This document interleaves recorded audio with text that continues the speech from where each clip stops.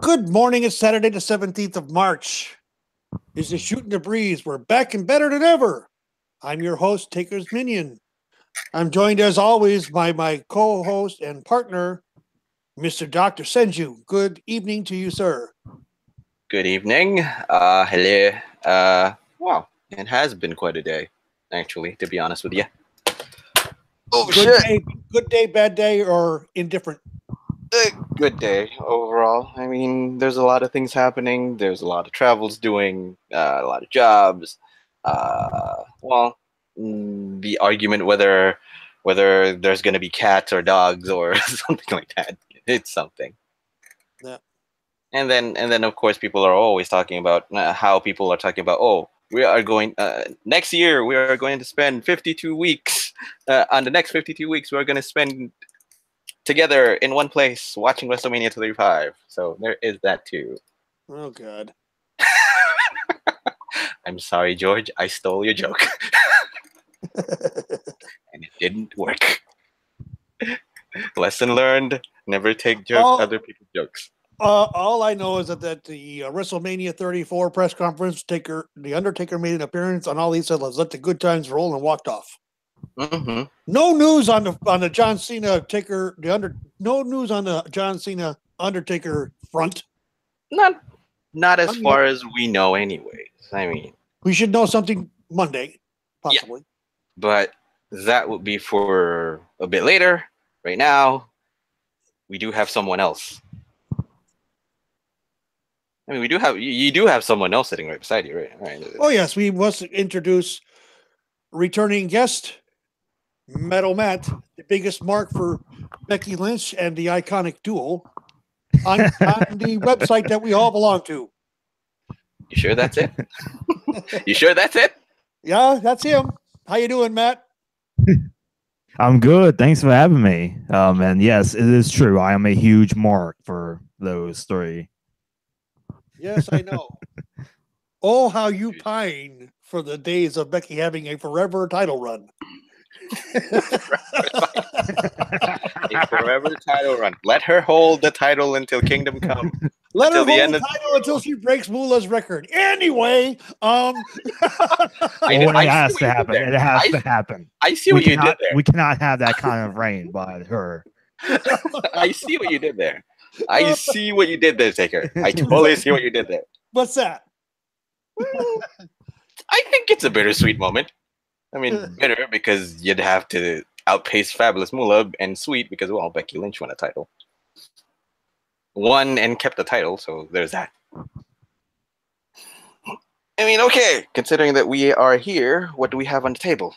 And considering that you are talking about Fabulous Moolah, okay, let's talk about that. No, let's talk about the fact that the women's battle royal at Royal Rumble at Mania. Yeah, I'm way off. I started to say Royal Rumble and cut myself off. So anyway, the women's battle royal at WrestleMania, the name has been changed. Within 3 days of it being announced, Snickers stepped in and says, "No, we don't want that." Mars Confectionery stepped in and said, "No, we don't want that woman associated with our brand." I mean, the only thing to add is that the fans were actually sending their thoughts known to Snickers. Yes, M&M Mars Confectionery. Yes, yeah, and Snickers reacted. I was against it. I never said a word. When I found out last Monday night, because I was home last Monday night, and I watched that, and I'm like, "That is," I turned to Legends Lover and said, "Nope, that is wrong. That is the wrong person." And she's like, "Why?" And I explained everything that I knew about. And I said, and I hate to say this, and I don't hate to say it because, in my opinion, Moolah was a pimp. Plain and simple. What she did to the girl she had working for her was wrong. And, we all know what she was. I don't have anything against that lifestyle or what she was, but no. Okay. I mean, to be honest, I was surprised that Moolah had that kind of sordid history. I mean, I didn't know. And it's the first thing that I didn't know. And I didn't know. And the way I found that, and then suddenly, okay, so why are they promoting Fabulous Moolah as in this? Shouldn't that be decried? Shouldn't that be changed? And suddenly, now they changed it. So yeah, 3 days later, it was changed. Yeah. So yeah, go ahead. What's that, Matt? I just felt bad for like all the women that had to promote it on Twitter, like, because I'm sure their timeline was 6 inch foot. Like, why are you honoring Moolah? You know, like, I just felt bad for everyone that had to promote, especially Carmella, who did like this like Instagram promo that had Moolah and like every other word she said. She even goes so far as to say, "I'm the modern day Moolah," and I'm just like, no, they did not have you just say that. No. Yeah. And I think that's what set the fandom off, is because Carmella is over. As a heel, she is over. And to have her say something like that, everybody, and I mean everybody in the fandom, went bananas. And good on the universe for doing that. Mm-hmm. I was gonna come on here today and I was gonna rant about it. If the name hadn't been changed, I was going to rant that it doesn't need to be that way, that we need to do something. But granted, luckily for me, I don't have to do that. So my whole rant that I had written up went through the shredder this morning because it was not needed. I mean, we can still rant on why they named it that way in the first place, but thank God they changed it. I understand what WWE was trying to do. Yes, Moolah was a good wrestler. She was. Yeah, she was. You know, she was a champion for 25 years of women's wrestling in general, because she ran the only female promotion in the entire world for the longest time. She was a businesswoman and everything, you know, but the things she did to the people that she trained and everything else was uncalled for. Yeah. I mean, okay, then I'd say that okay, that demand, I think that demand's changing. I think for one section of the crowd, kudos to both WWE and Snickers for doing the right thing. But then again, that sets another precedent. What about people who are already in WWE's good graces, such as Ultimate Warrior, for example? Well, he's got something. Yeah, he's got something. He's got the Warrior Award at the Hall of Fame every year. Yeah. So he has that. That's his legacy. You know, I mean, who would have known? Who'd have known that the Tuesday morning after he cut the promo on Monday Night Raw, he was going to die? None of us knew that. None of us saw that coming. Yeah, I know. None of us knew that. But again, people are going to make small comparisons about it. If someone with a sordid history as Fabulous Moolah had that, and people are already shooting her down, and okay, no, this cannot happen. This cannot go. So this is there's another person that has a sordid history that right now is not in WWE's good graces, and I don't see it happening anytime in the future because of this Moolah thing, and that's Hulk Hogan. Oh, okay. Well, how many times have we seen people burn bridges because of something bad happened and suddenly coming back with good graces? Depends on what happens. Yeah. Yeah. I mean, I can't really see Hulk Hogan going back anytime soon. No, I don't see it either. He might have been on the track to get there, and maybe the fandom would have allowed him back. But now with this Moolah thing, I think that's going to bring up all that shit now too. And no, I just don't see it. Yeah. Okay. But before that, I just wanted to warn both of you two. Whatever happens for the next couple of minutes, I am so sorry, and that is all I'm gonna say. Uh-oh. Yeah. Row. Okay. So anyway, that worries me. Don't worry, it's a good kind of feeling. You know it when you see it. So okay. Anyway. Are you sure? Yeah, I am sure. 100%. Since when have I ever? Okay. Since when have I ever making sure. did a bad kind of surprise or whatnot? All right, now I'm worried, but I don't. just do your worst, damn it. Okay, fine, fair enough. Okay. Anyway, I mean, let's get back to the talk. No matter what you guys' opinion on the Fabulous Moolah, she has made history in the wrestling business. The only setback on her resume is that she has that kind of sordid history. And yes, and well, here's my surprise.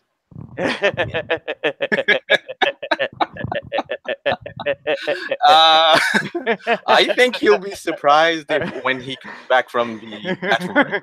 So keep laughing. Could it be? Could it be? Is that who I think it is? Yes, indeed it is. Oh,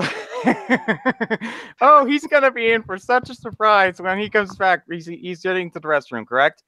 Yes, he went to the restroom, and you came in a good time because we already ended about Fabulous Moolah and just about to start going into Fastlane. Let us grace our wonderful candy overlords of the Marge Confectionery Company. May many interns be buried in large amounts of chocolate and drowned before the sights of sacrifice, as WWE has had to forcefully change their name of their battle royale, which was a stupid name to begin with, because Snickers decided, no, you're not doing that, and started pelting them with candy bars, which to a professional wrestler is the equivalent of throwing kryptonite at them. Welcome to the show, Fizz. Surprise, Hello, old man! Fizz. It's nice to hear you. It's nice to talk to you again. Well, look, I mean, you're always putting surprises on Senju all the time, and I just went in I got up early. I messaged Senju. I'm like, hey, do you want us to surprise Taker today? Sure, why not? Hey, I'm glad to have you. Welcome. I saw a different hobby, and I'm like, did MDS change his hobby? And then all of a sudden I come over and I see Shirt talking. I'm like, oh hell, no. Oh hell. Bloody hell. Like I said, I'm sorry for the surprise, but here's my surprise. No need to be sorry. I'm happy. It's an awesome surprise. It is. It's always great when Fizz is on. I'm going to need a minute, though. All right, ladies and gentlemen, if you are hearing, I brought in William Fitzpatrick, also known as Fitzpatrick 14, host of Fizzy's Wacky World of Wrestling Season 2. If you guys haven't really catched it, he already started his first episode ever since his hiatus. He started yesterday, and I was guesting on his show yesterday. We did a dry test run of sorts, but it seemed to work. Yeah, we opened up Series 2 today with Senju on this week's edition of the show. Like I said, it's going to be a bit infrequent for the first couple of weeks, but we'll get something going for Series 2. I also do the co-moderation work on Cage Side Speaks. So you've heard me from there. I've been on with Matt. I've been on with Taker. I've been on with Senju. And, we bless our candy affectionary overlords today. On this wonderful morning, the snow is melting outside of my house, and it's also St. Patrick's Day, folks. So, happy St. Patrick's Day, folks! And I think I lost Taker. Yeah, he's doing. I see on the messages here. He's lost it for a minute or two. Thanks. Yeah, he's losing it for a minute or two. He's excited. I don't know whether he's excited or just. It's exciting. Are you okay? And it's also, I'm not gonna lie, tears of joy. Tears of joy as well. Because of the and I think Fizz knows why. Yeah, no reason to bring it up back again. I think it's both on you. I mean, I already told my part, so I missed it. So because I told you I stepped away to go to the bathroom. It's a good timing, perfect timing for him to come in. You go out to the toilet, and I just pulled in Fizz in, and then you come back. Holy shit, it's Fizz! Yay! Yeah. I need a minute. Let's go. Because I don't know how many times recently I've asked him, and he's always like, I don't know. You're coming to the Mania show, damn it. That's it. I'm actually doing this. I'm actually doing this appearance for two reasons. First, to thank Senju because he came in on such short notice. The Wacky World of Wrestling episode we did a couple days ago, he came in on very short notice, and I don't normally pull that on people. I usually like to ask them a couple of days before we're doing a show or a week before we do a show, because common courtesy and scheduling and all that. But second reason is I want to. This is I feel going to be my Mania appearance. I'm going to let somebody else have the reins on the Breakfast of WrestleMania show. Because I like people getting an opportunity to be on a Breakfast of show, and I might actually have something planned for Mania. We'll see where it goes. Okay. Yeah. Excited. I'm looking forward to it. Yes, and now after this appearance for Matt, why don't you tell him, Matt? Why don't you do? Oh, fine, fair enough. You have a story to tell before we go into the nitty gritty. Go ahead, Matt. Do I have a story to tell? After this appearance, what happens? Oh yes, after this appearance. Well, thanks to Fizz here, which by the way, it is amazing to see you here. What a fantastic surprise! It's always awesome. But yeah. So the way this all came about is I wanted to do my own podcast, right? Because TM, MDS, Ambrose Sally, and Mox, and Fizz just all kind of influenced me to start my own podcast. And Fizz wisely advised me to do a couple of guest spots on podcasts before I branched out into my own. And this is going to be my last podcast guest appearance, or at least just before this podcast. If anybody that's listening that does podcasts, like Violent Wrestling podcasts or Shooting the Breeze or whatever kind of podcasts, if you guys want to have me on a guest, I'm more than happy to appear. But hopefully next Friday will be the world premiere of the Ruthless Aggression podcast. And what that is it's basically like the Attitude Era podcast. Like if you've ever heard like the Attitude Era podcast, they review all the pay-per-views and stuff from the Attitude Era. And that's basically going to be the case here. I'm going to review all the pay-per-views from Ruthless Aggression era, all the way from Vengeance 2002 to around, I want to say, like the Great American Bash 2008, I think, because that was the final pay-per-view that was TV 14. I think like 2 days after that pay-per-view, it ended up going PG. But I'm going to be looking at pay-per-views. But that's not all I'm going to be doing. I'm going to be doing all kinds of different things. I'm going to be looking at video games from that particular era, like SmackDown Here Comes the Pain, SmackDown vs. Raw games.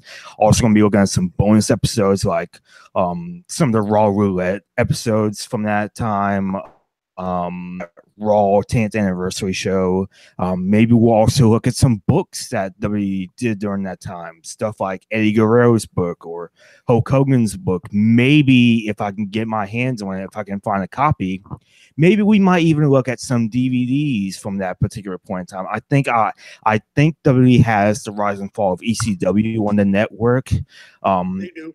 If I can find the Self-Destruction of the Ultimate Warrior, we might do that as well. So pretty much the podcast is going to be pretty much anything and everything Ruthless Aggression related.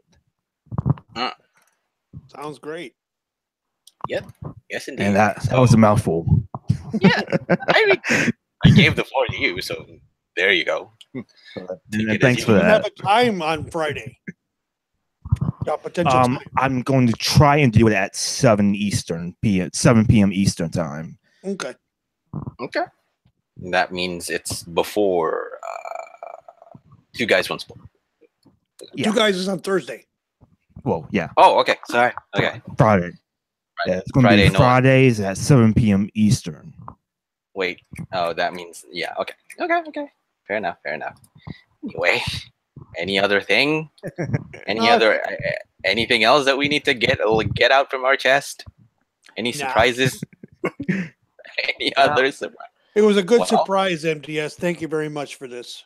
Well, thanks. To Matt, congratulations on. I mean, I've heard about this podcast that you've been doing for a while now, but as the ancient saying goes, the journey of 1,000 miles begins with a single step.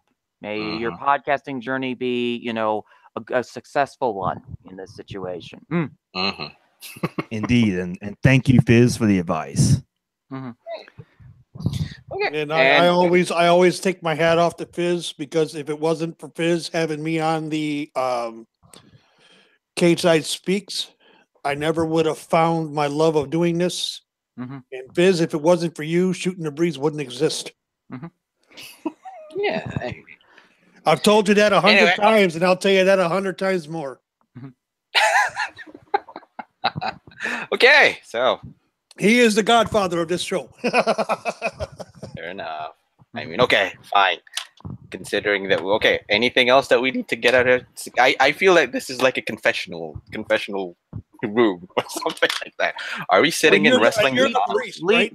Lead us on Noble Shogun Senju. Lead us on Noble Shogun. Yes, he is the Shogun of the show. He is. Okay, fine. Let's talk about Fastlane then, shall we? Yes. I mean, okay, what were your guys' expectations going into Fastlane this week? Last week. My bar was maybe ankle high. And my God, it delivered in spades. Fastlane, in my opinion, delivered in spades. Okay. Every match, I mean, there were a couple of matches. There was I think one match that really didn't do it for me. But we had the Shinsuke Nakamura Rusev match where Shinsuke Nakamura actually showed up and worked his ass off. Yeah. We had the worker Nakamura. Great. That was a great match. Yeah, it is. You know, we know about Shinsuke and his wanting to mail it in. Everybody knows about it. He had that reputation in NJPW, for Christ's sake. Well, a little bit less so in NJPW because I honestly blame WWE for his lack of enthusiasm, for the simple fact that they're kind of limiting him on what he can do. Okay. I'm not sure. And the fact that go ahead. Continue, Matt. Oh, I mean, yeah, I do kind of blame WWE for that because they are kind of limiting him. But if you saw what storylines they were giving him last year, no wonder he was phoning it. Like they put him in a storyline where they had the heel WWE champion make racist jokes at him, and he wins clean at the pay-per-view. So yeah, I would have phoned it in too. Yeah. I don't know. I think Nakamura's honestly had to deal with far worse. I mean, he was the guy who survived. For those of you who are unaware of their New Japan Pro Wrestling history, there is an era called Inokiism. Nakamura was basically fed to MMA fighters for several years because Inoki wanted to prove that strong style wrestling was literally the strongest. This almost torpedoed New Japan until its buyout by Ukes, which was a video game company in 2007, which then they got bought out by Bushiroad, the trading card company. So basically now that's what's led us to the current situation of Seto Kaiba basically running a wrestling promotion. But anyway, Seto Kaiba. I don't know the story behind that. Do elaborate, please. I set my trap card down. Seto Kaiba is it's ghetto. Yeah, Seto Kaiba is a character from an anime series called Yu-Gi-Oh, which is a trading card series that debuted in 1996. It basically he is the world's richest man, and there's always a common joke about him. Screw the rules, I have all this money. And I just saw Taker's brain fly off into the sunset. I'm like, huh? I don't know anything about that stuff, okay? I don't know anything about Japanese anime or video games, Pokemon. I know a little bit about Pokemon. I don't know anything about Yu-Gi-Oh! I'm sorry. Please enlighten this old fart. Basically think, how those, 1980s American businessmen, but Japanese. You're talking like during the .com? Yeah, no, 80s businessmen. The people who were like the tycoons in the oil industry, or like the people in the fancy suits driving around in helicopters and such. Okay. Had all the money in the world. Okay, I get that. This guy practically drives himself in a helicopter or even a fighter jet. Do what? I'm sorry. out of the loop. I'm sorry. We don't want to make so many references that go over Taker's head. We'll have to take another extra 20 minutes to enlighten you on this kind of thing. That's fine. Take all the time you need.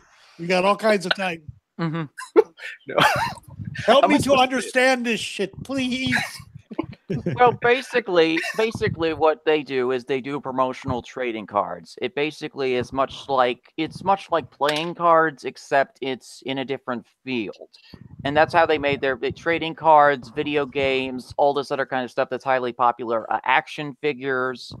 They made all of their money doing this, and they were able to invest it in acquiring New Japan, which was up for sale by Yuke's, which was a video game developer company.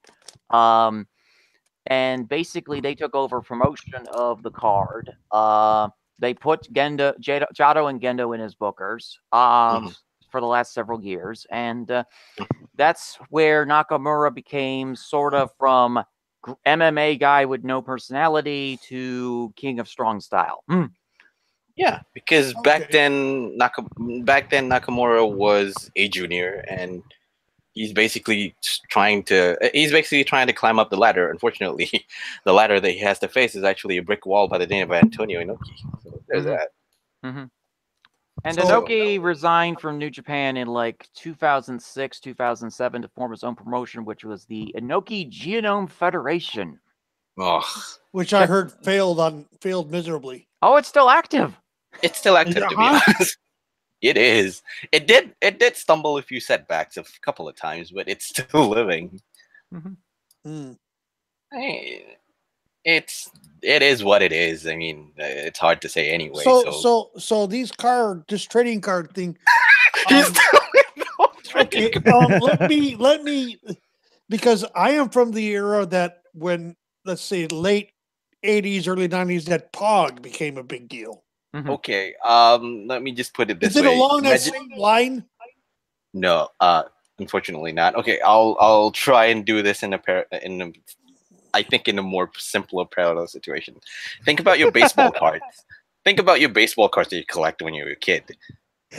The only difference is that I lost because I don't have any of them anymore. I mean, I lost thousands of dollars. I digress. Think of those trading cards, but each and every time you set it, you play the card, you actually summon an actual baseball player to fight against your opponent. I see. It's basically a situation where you have a card, but it has numbers on it. So it's basically a game of whoever has the higher numbers usually wins, or they have some kind of special effects, like say, catcher has +5 to a certain type of hitters, or pitcher has +5 to right-handed fielders. Mickey Mantle, I choose you. That was what because I heard that so many times when I was Dark Magician, I choose you, especially with my number, with my or my nephew. Okay. Oh, so your nephew plays into stuff like that when he was young. Trading card games. Don't worry, Taker. I have very limited knowledge of like Yu-Gi-Oh myself, so you're not alone there. I said, I'm the oldest fart on this panel right now. So yes, you are. Yeah. Well, I mean, for me, at 53 years old, I'm like, I barely am able to put a posting out for this show with the embedding of the show itself. I mean, I can barely do that. I had to do that weekend. I did the show, the Black Legends show, because MDS was out of town. Mm-hmm. Out of the city or out of state, to be honest. And I was out of town the week before, so you screwed it up. No, not quite. You actually did well, so there was that. Anyway, I think we've gone far too long. We've gone far too away. Okay. Anyone else would like to think about their thoughts before we actually discuss on what's the high points and what's the low points? You can start right now. I mean, for me, I think the pre-show was eh. I didn't see it, so pre-show was eh. Nakamura versus Rusev was great. Rude no versus match on the pre-show, was there? There was. What was it? Tag team match. I think it was Shelton Benjamin, Chad Gabe, and Mojo Rawley versus Breezango and somebody else who I can't think of right now. Not Zack Ryder. I don't think it was Zack Ryder in this case. Is that what? Zack Ryder's not hurt again, isn't he? No. I don't think he is. I think it was like Ty Dillinger and Breezango. Okay, Ty Dillinger. Yeah, it's Ty Dillinger and Breezango versus Mojo Rawley, Chad Gable, and Shelton Benjamin. It was you can skip it. It's a pre-show. It's a match to warm you up. It's a serviceable match, basically. Yeah. Or they could use a lot more to work. Was it one of the famous lines of someone from the site that shall not be named? A match that happened. Yeah. It's a match that happened. Yeah, I can say that. It's a match that happened. I think it isn't really used. It hasn't just been used on that particular site. Everyone uses that. It's a match that happened. It's a thing that happened. I haven't heard it in a while. Okay, fine. I'll say it. It's a match that happened. But all six could use a lot more work to do with. But I think the biggest loser in this case is Mojo Rawley. Somehow, with a huge charisma like Rawley, people would try and experiment with him, put him in title feuds, put him in storyline feuds, see what happens in his character development. But no, they dump him into the kickoff show or pre-show or whatever you want to call it, and it sucked. It's okay, but if you want to see, if you wanted to come see people who are really putting out a wrestling show, this is not it. I mean, but thank goodness it was covered by Nakamura versus Rusev. I think two of the most over people who doesn't really have anything to do on either the title scene or the secondary title scene. Rusev Day is always popping. Somehow the heel is getting face reactions. Because he's been organically turned to face. It's just that the upper management hasn't figured it out yet. Yeah. And I don't think anybody anybody here will disagree with that. Well, I mean, in fairness, upper management is kind of dealing with the issue of getting pelted by about 1,000 candy bars from a cannon in Stamford, Connecticut at this point. So they're kind of busy at this point. Well, like I said, I don't know if you heard it at the beginning, Fizz. I was glad I had a rant set up for today if it hadn't changed, because I have my opinions on what Moolah did. But I was glad that Eminem Mars stepped in and said, no, that's not going to be affiliated with our brand, damn it. You're going to change that. Well, Stephanie, as I said on Wacky World of Wrestling, Stephanie met a bigger fish. That bigger fish was Victoria B. Mars, who's the chairman of the Mars Corporation. Yep. You know, someone who's actually even more scary and dangerous than the 50-foot-tall demon kaiju, who's going to have a Ratchet Mania. Yep. So we have Nakamura Rusev, and the storyline of this particular match is that Nakamura kicked Aiden English in the face, and Aiden English is no longer able, apparently, to sing Rusev Day to an audience. Somehow. I'm still trying to figure out Rusev Day. I mean, it's obviously in some kind of strange Bulgarian farmer's almanac calendar. Apparently every day is Rusev Day of some kind. But Nakamura apparently does not believe in Rusev Day, and so Rusev must, well, he said, he say something about, no, Rusev Day will, Nakamura Day will be bigger than Rusev Day, or something along those lines. English actually said that, trust me, no one's throwing Nakamura Day parties. So yeah, which is a rub to Nakamura, of course. But anyway, so this match was basically like a natural conflict, like most Russian conflicts involving the Japanese military. It did not end well for them. Even though Rusev's Bulgarian, but we digress. Yeah. I mean, kudos to both men. I mean, kudos to both these guys for delivering this kind of match with such a little build. Because they got tossed in like, let's see what happens when we toss in Rusev and Nakamura on the wall and see what happens. let's see. The match was made the Tuesday before, and they put on a very good match. So no build whatsoever. Like what 5 days maybe? Yeah. I mean, you can't deny that both Rusev and Nakamura are talented, and like you said, it's thankful enough that we get Nakamura who came to work, and I think that I think that that's the case because coming out from Fastlane, he needs to come to work now. Now that his favorite opponent AJ Styles is going to fight him in WrestleMania. Oh my God! Which I've seen matches from NJPW, and it's like, oh my God! I hope this is the match we get. Yeah, let's hope so. I mean, Rusev Nakamura, like, it was better than it had any right to be, really, because it really was just a thrown together match. And honestly, let's face it, like, the only reason this match was even a thing was so Nakamura could have something to do between now and WrestleMania. That's the only reason. But it was an entertaining match. I would probably go so far as to say it's the match of the night. Yeah, but yeah, you could say that. You could say that.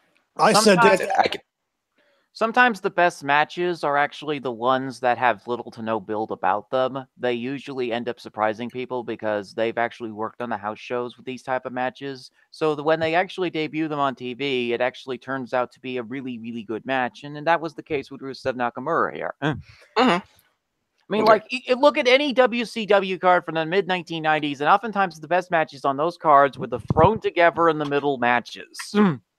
Yeah. Yeah. Yeah. The ones they didn't give away on TV right away. Yeah. Okay. But at least we can... The match you would sit there and go, why is this match happening? Then after it was over, oh my God, what a hell of a match. I mean, okay. I mean, I can agree. I think we can all agree that Nakamura and Rusev were great in the Fastlane card. What's not great, Orton versus Rude for the U.S. title. That wasn't great. Man. It was a glorious time to watch a wall of paint dry on the side of a wall. Do you want the dullest of all, Randy Orton, who's seemingly aging backwards, and Bobby Roode, who has a massive robe collection that may have just been turned into an art project by Asuka, given Charlotte's reaction to her showing up. Right. Do you want to compare watching paint dry with these guys, or either watching paint dry with, say, Adam Cole and let's say Roderick Strong? That's worse. You know what we talked about, Fizz. Mr. Mediocre versus above average. Oh, I have a much better nickname with Cole. What's that?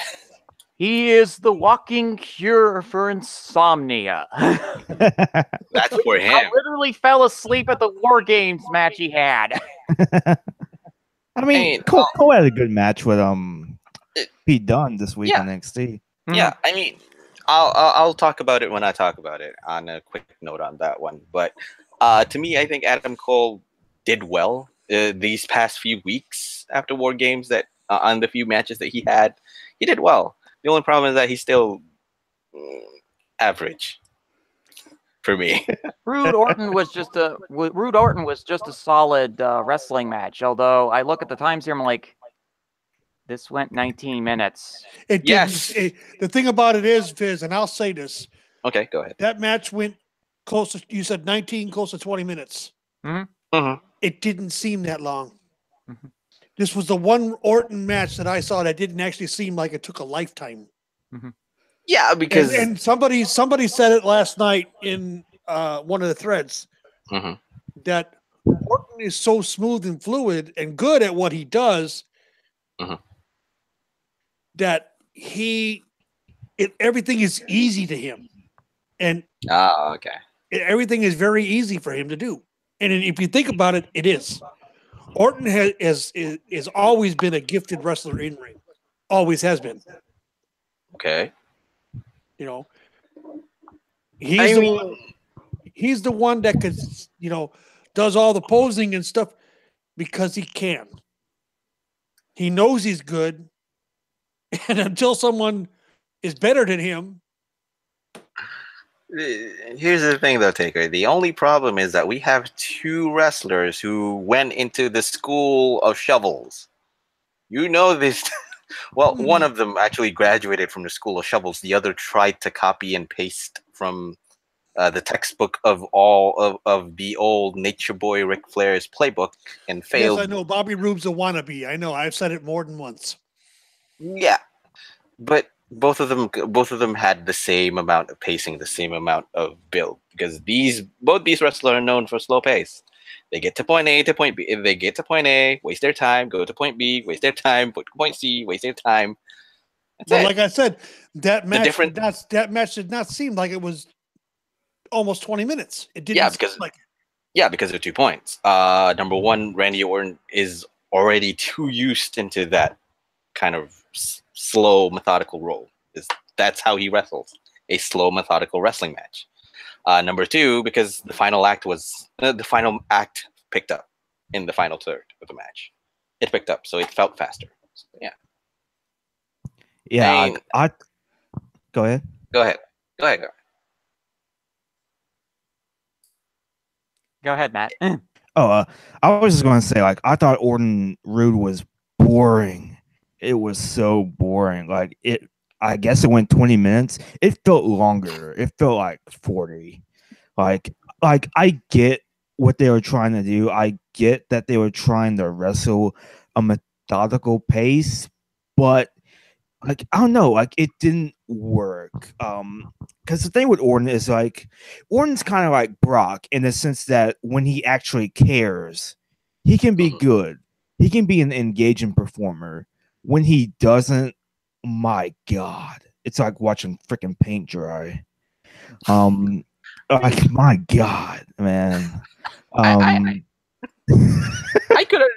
understand the feeling, because these two guys wrestle the same kind of pace, the same kind of wrestling style. These two guys are known for that, and I always say that when you cobble in two guys who work slow, it needs to have something back it up other than the fact that you're fighting for the title. You can't and the place thing with two that, people who wrestle from point A to point B.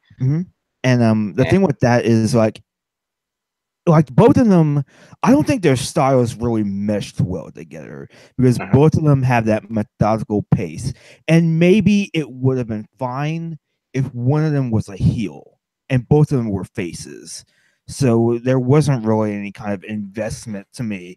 Like last night, I was watching Undertaker and Big Boss Man and Hell in a Cell from WrestleMania 15, and I just found myself like, it was like, I want to be invested in this match, and I can't, because both of them are heels. Because Undertaker is this satanic kind of character at this point, and Big Boss Man is still like Vince McMahon's henchman. And at this point in time, Vince, even though he is being targeted by Undertaker, he is still a heel. He is still trying to screw over Stone Cold in this very same event. So there's no emotional attachment. You can't really get behind one of them, because both of them are just too evil. And this was kind of a lesser extent here, because at least in ring, because I mean, neither of these two are very likable characters, honestly, because Rude is just really bland. Like, they made such a huge mistake turning him face when he came up, and Orton has just, I don't think he's ever been a good face, Orton. Like, he is just so much better either as the cocky heel he was as the Legend Killer in Evolution, or as just this sadistic heel when he was the Viper. I just don't think he works very well as a face. And as a result, just both their methodical styles, they just, I don't know, for me, it just didn't work very well. I get what they were trying to do. I just don't think this match worked very well. Maybe if it was like, I don't know, 12 minutes or so, maybe it would have been better. Okay. But, you know, going for like 20 minutes, it would have been, I didn't like it. Fair enough. I honestly like Orton as a face, and Rude was turned as a face because the NXT faithful looks over at them glaringly, decided that his glorious chant was so wonderful that he basically was sold via an entrance. And then you had to watch him wrestle. And I like Bobby Roode as a wrestler because, as I've noted before in the past, I have been a regular TNA, GFW, Impact, whatever the heck they are, watcher since 2009. I could basically apply for sainthood at this point because I probably have gone through some of the worst eras in wrestling. And but it was a great way to study on this strange field known as professional wrestling. And Bobby Roode always stood out to me as a guy who was very consistent in ring. And I feel that, the big thing with Roode is that I don't mind a slow methodical style. They basically did a 1970s style wrestling match at this card, and they're going to have another 1970s match at WrestleMania with with Jinder Mahal basically representing the chic Iranian India wrestling heel from that era, and hopefully he'll have a grand entrance. Is he going to borrow Rusev's tank to at least seem more menacing? Probably. I won't see why not. I don't see why not. That is the thing I like about what Orton and Roode did, is it took me back to my youth. That style of match that those two worked is what I grew up on watching as a kid. And Say, Taker, are you aware that WWE on the network just uploaded a ton of All-Star Wrestling matches? Because that's actually what I've been watching lately. Yes, I've been watching them too, and I'm like, I'm home. Okay.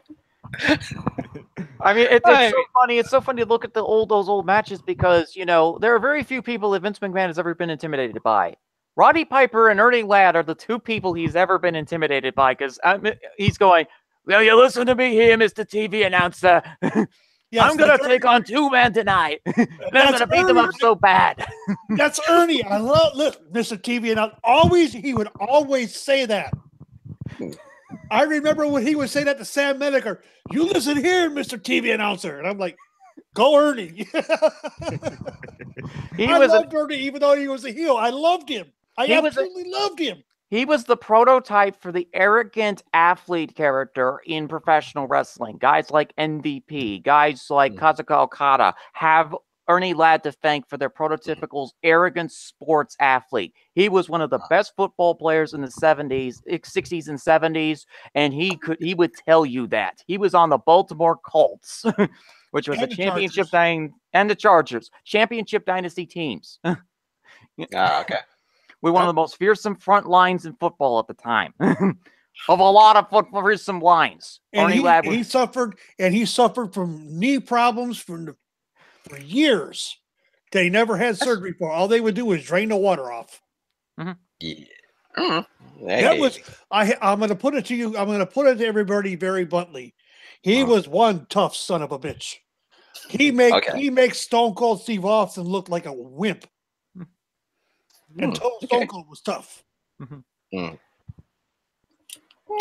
I mean, fair enough. Some people might like it, some people might not.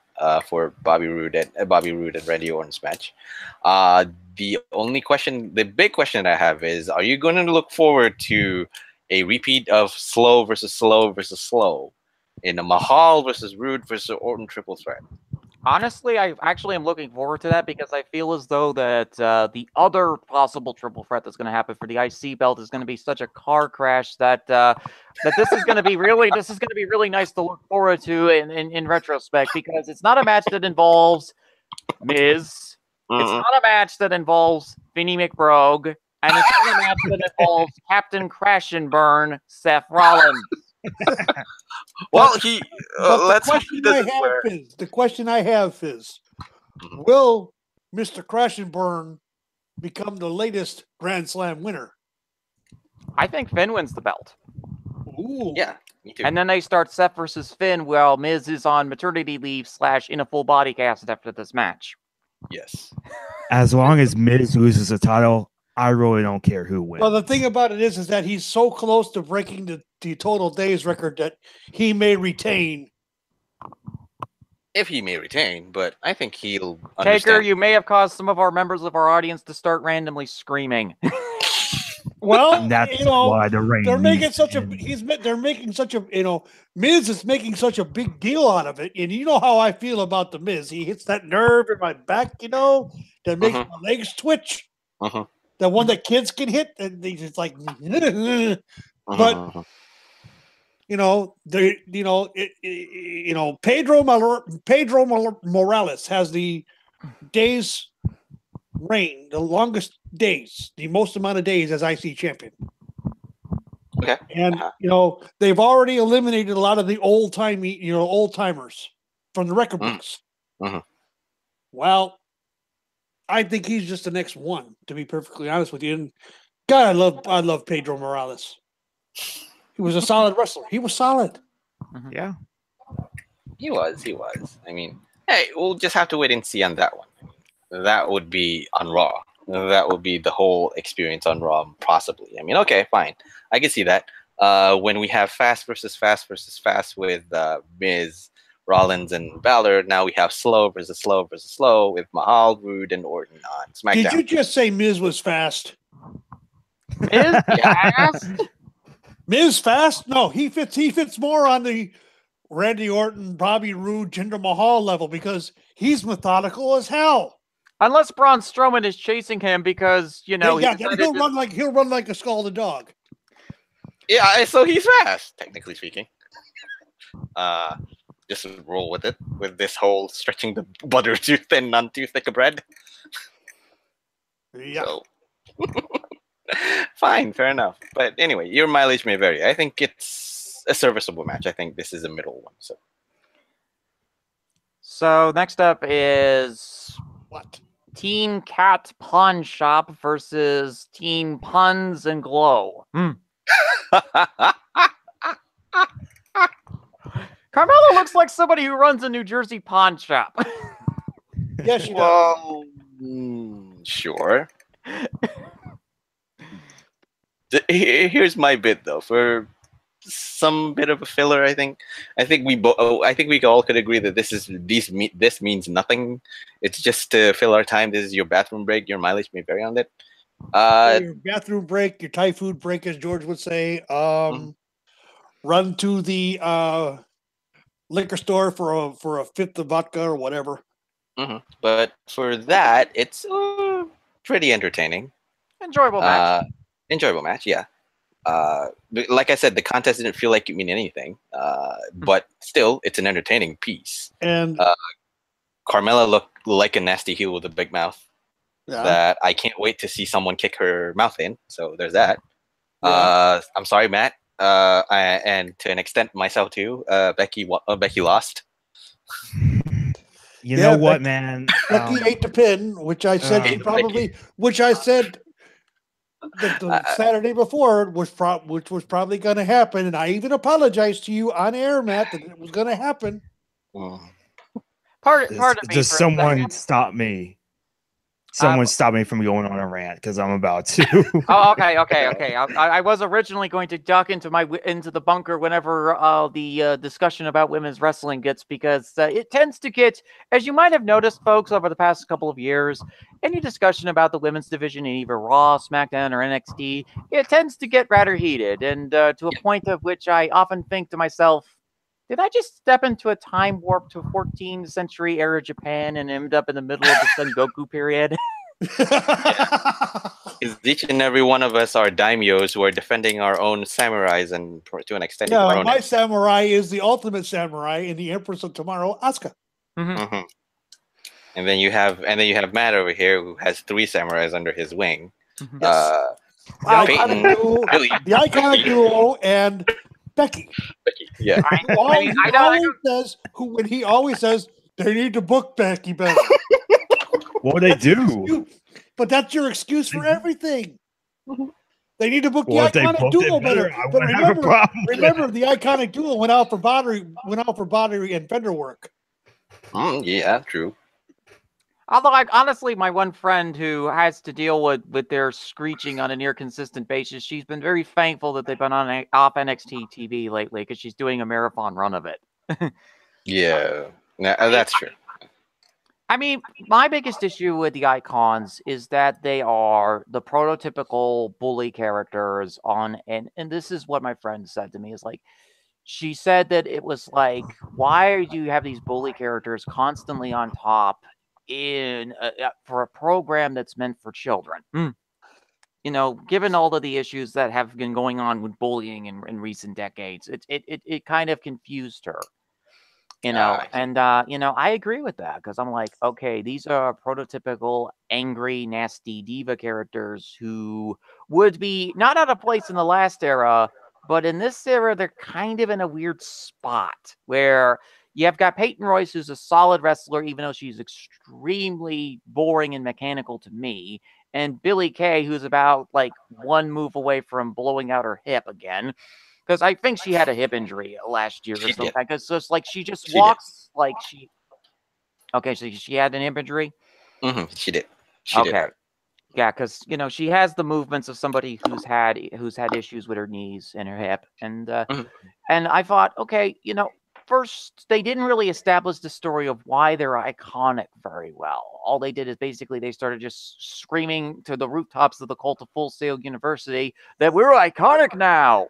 Worship us. And that's the question I've always had. Where the hell did it come from? And the only person that might know is Matt. So please, Matt, enlighten us as to why they are iconic. Why the hell does he know? Because he seems to think he seems to know most everything. I might as well ask him why. You know what? Honestly, I don't know. I really don't know. One NXT taping, they just started calling themselves iconic, and it just stuck. I don't know if there's like a story behind it or whatever, but if there is, there might Matt, be. If there is, Matt, they need to reveal it, don't you think? Yeah, I think so. Hey. All the information that we know about them is that they're friends from Australia, and that they are a duo that is trying to take over the NXT's women's division. Except, unfortunately for them, they've had to deal with a psychotic pirate princess, a person who it looks like the backup character for a Mortal Kombat game, and Shayna Baszler, who's also here. Who's also here? Yes. She's in the Nia Jax role today, folks. Okay. Nia Jax, the greatest invisible wrestler ever. I did see something this morning. I was futzing around that website, and I saw something about the Asuka masks, which was very, very enlightening to me. And MDS, you even commented on it because the person who wrote the posting nailed it. They absolutely nailed it, in your opinion. Well, those are no mask. Yeah, those are no mask, number one. Yes. And even if you don't have no mask, you can just put on face paint a la Kabuki mode, and there you go. Or a la Kana. I would love to see her have the mask and the face paint. Kana is more, how to say, if you combine Su Yung into Asuka. If you combine Su Young's face paint to Asuka, then you get Kana.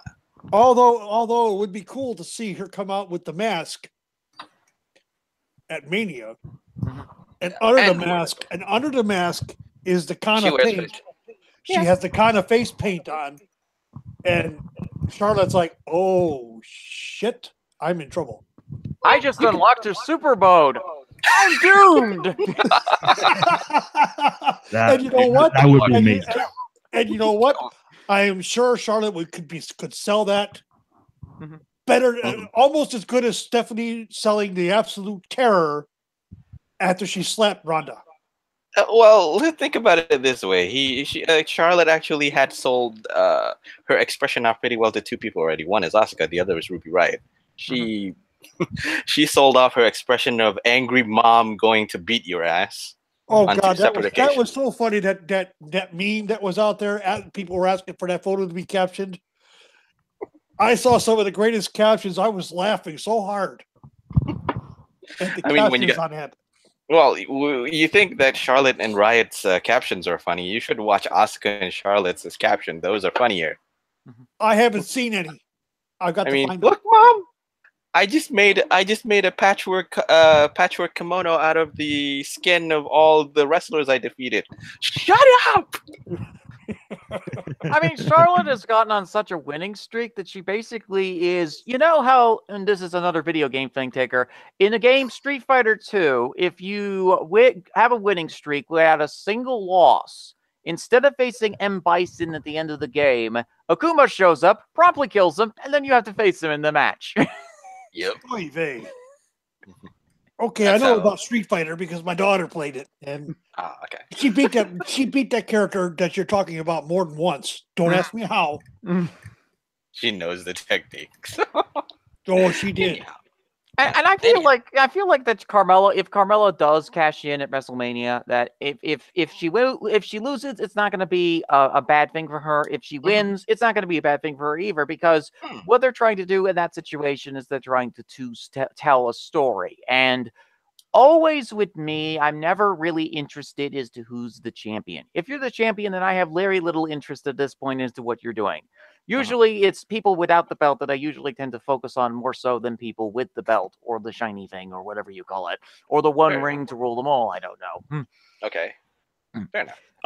Personally, I think the way that they're having Carmella, it's kind of a lose-lose situation, because if they have her win the title, I think character-wise, she's ready to be a champion. In ring-wise, I think she's still missing some things. Who's that? As for Carmella, yeah, I would agree with that. That's why it's out there in the public. To be perfectly honest, it's out there in the public that Carmella she's okay with failing on the cash in.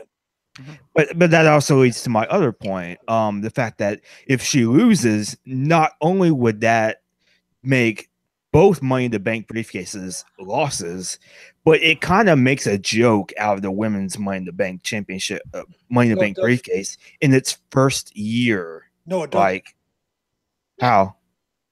If let's put it this way, let's say at WrestleMania, Asuka wins. We're hypothetical here.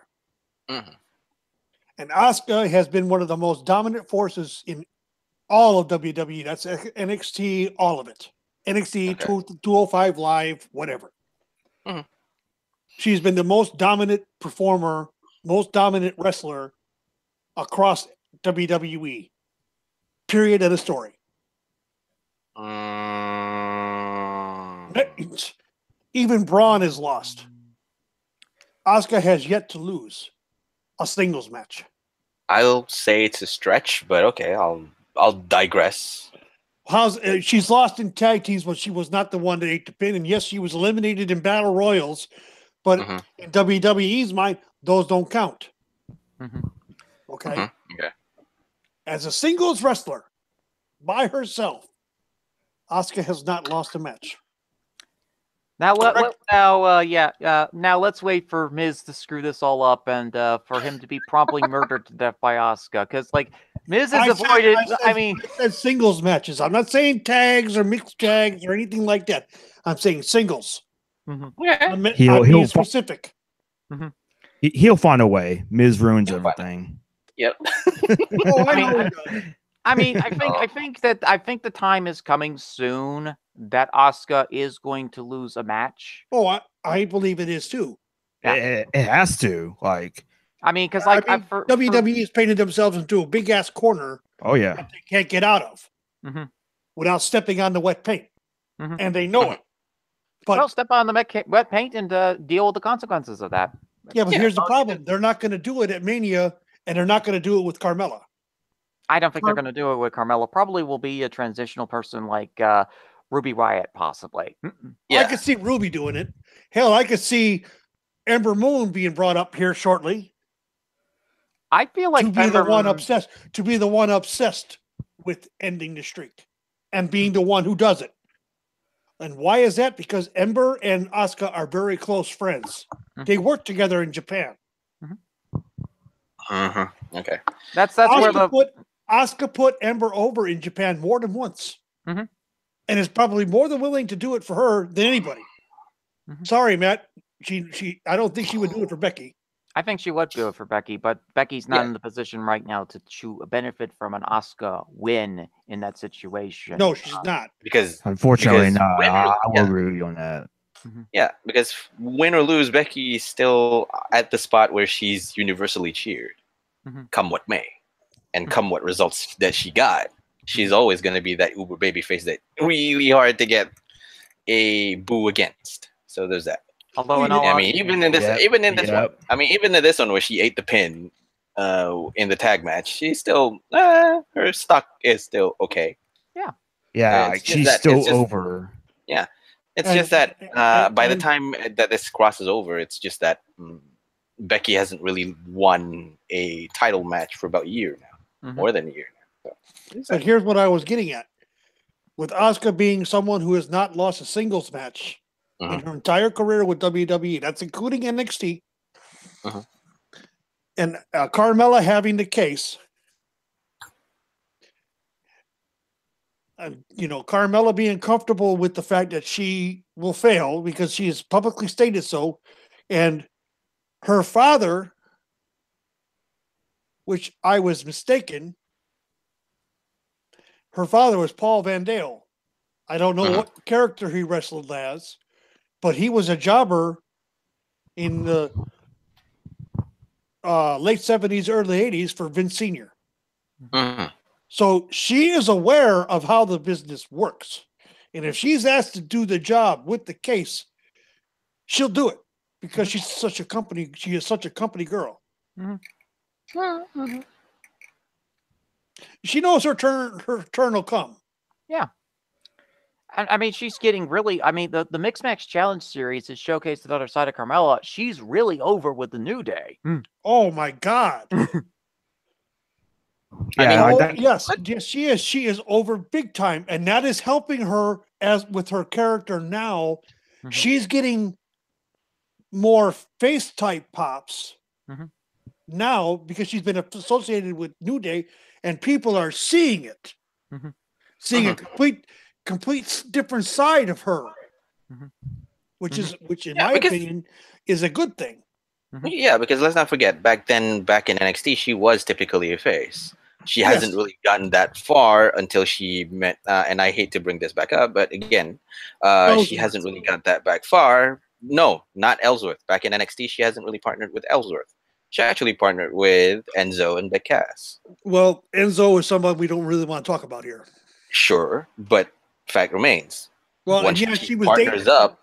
Let's keep out. She was involved with Big Cass, and let's keep out the whole personal issues on the life. Well, that whole thing, from what we have heard, has fallen by the wayside. Yeah, because I think her strength is that once she's partnered up with a team, a stable, she acts as the cheerleader of sorts for the team. Back in NXT, it was Enzo and Big Cass. Now in SmackDown, it's more specifically the MMC, the Mixed Match Challenge. It was with the New Day. Cheerleader. Cheerleader. She was the scariest muscle of Team Roadkill Hair and his incredibly tall friend, one who got sacrificed by the blood cult known as the Cruiserweight Division to start off their 16-man tournament. That's how I basically have kayfabed ended Enzo with this case. The Cruiserweight Division commits the pagan blood ritual and sacrifices him, and Drew Gulak is using his skull as a goblet. Okay, tell us how you really feel, Fizz. I'll admit it's a stretch. Hold on, MDS. Sure. I think it is time for Fizz to cut his promo on 205 Live. Fizz, go. It's doing great right now. Seriously, they're doing great. I mean, basically the reboot was that they obviously didn't televise this because, again, pagan cult ritual sacrifice, but Enzo disappears. I'm like, okay, this is a situation where, like, for example, Bull Dempsey got crushed by a vending machine, or ZZ got eaten by an alligator, or or Killian Dane ate Sawyer Fulton. which is still a legitimate crime, which is still a legitimate crime. Yes. The body of Sawyer Fulton hasn't been found yet. Killian Dane somehow didn't really digest him properly yet. So it'll take him. He didn't eat his I'm jacket. not even going there. Oh my God. Honestly, the 205 Live WrestleMania match looks really good. Yeah, I agree.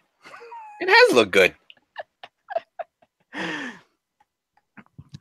205 Live isn't doing anything that's making me upset at this point, and like they haven't really done anything. And he said they took a lot of risk. They're in year 2 of a 5-year plan, and it's working out okay, I think. So congrats! Good. Was it Drake Maverick? Drake Maverick, yeah. Rockstar Spud. AKA in all capitals. AKA Yeah. Rockstar Spud from TNA, GFW, Impact, whatever the hell they want to call it this week. I think the addition of him as a general manager was one of the greatest things WWE ever did. Well, yeah, that because of the fact that, it was a welcome relief from the tyranny of that psychotic lawn gnome and the guy that really wanted to jump off the roller coaster last year at WrestleMania, and of course the Demon Stephanie. Yeah. Yes. So basically, the only two wrestlers that have been really good GMs have been both British. Although William Regal's correct security team at NXT really does need some work. Yeah, true. That's true. I mean, no, not just William Regal security. WWE security needs some work. Well, Heavily. in NXT in particular, I mean, they've got rampaging psychos, all sorts of issues. Although the one time when they do, when they didn't, cover in a situation, led to one of the most heroic moments in NXT history. Right. Right. Sure. Oh my God. Never mind. Yeah. Anyway, I digress on that one. Well. So, as we were talking about the New Day, well, unfortunately, they were kind of turned into pinatas alongside the Usos in the Tag Team Championship match by the superior whack-a-mole powers of the Bludgeon Brothers. I like it. I mean, like it. The match that was going on was solid. It was going to be another instant classic with the New Day and Usos, which we all knew was almost a guarantee. Because the five of them, I should say, work together great. Always have, always will. They're a good, solid match to have on any card. I don't care who you are. Yeah, true. And the insertion of the Bludgeon Brothers coming in might have cut the action short. It dropped the grade on that match, as far as I'm concerned. Yeah, but I still think it's like I still think it's a good move. I mean, look at what happened in SmackDown. The surviving members of New Day and Usos tried to team together and fight off Bludgeon Brothers and failed. Again, and that was something you would never have expected. No, of course not. For Big E to come out and say that he's going to represent his brothers, which if you think about it, the New Day, those three guys, they are like a family. Yeah. And then to have, which was it, Jimmy or was it Jay that showed up? Jimmy have Jimmy call him Oos. That is a big thing. Yeah, because it's respect. These two guys have to have their work cut out with each other. So, in order for them to face one big enemy, the enemy of my enemy is also my friend. There you go. Jimmy Uso teams up with Big E, and Big E looks serious for the first time in quite a long while. He looks deathly serious. He looks like the early version of Big E Langston when he was teaming up with AJ Lee and Dolph Ziggler. There you go. Yeah. And that's the version of Big E I want to see more of. Yeah, it does feel like they've started to make Big E a bit more serious, because on this week's SmackDown, and then I think it was like 2 weeks before Fastlane, I think, like when he cut that really good promo on the Usos. The week before. Yeah. The week before, yeah. I mean, that was a solid, hard-ass promo that he cut. It's like, where has this guy been? Yeah, I always knew it was there, but where has it been? Yeah, it feels like they're trying to get that Big E back. It does feel like they're almost kind of grooming him for a solo run, maybe. I don't know, but that's what it feels like to me with some of his most recent promos. I'm seeing that happen too. I mean, when they put the IC strap on him, I think it was too early. Yeah. Because he didn't really have his feet under him yet. But now I could see him having a solid US run. Yeah. If he's trying, if they will let him do that. But hey, it's a good change. I mean, again, the thought process is very, very strange. Why bring a chair to a hammer fight? That's what I'm worried about.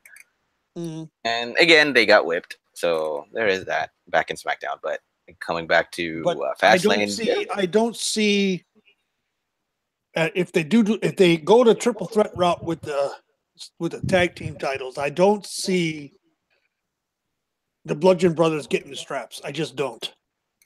Not yet, anyways. No.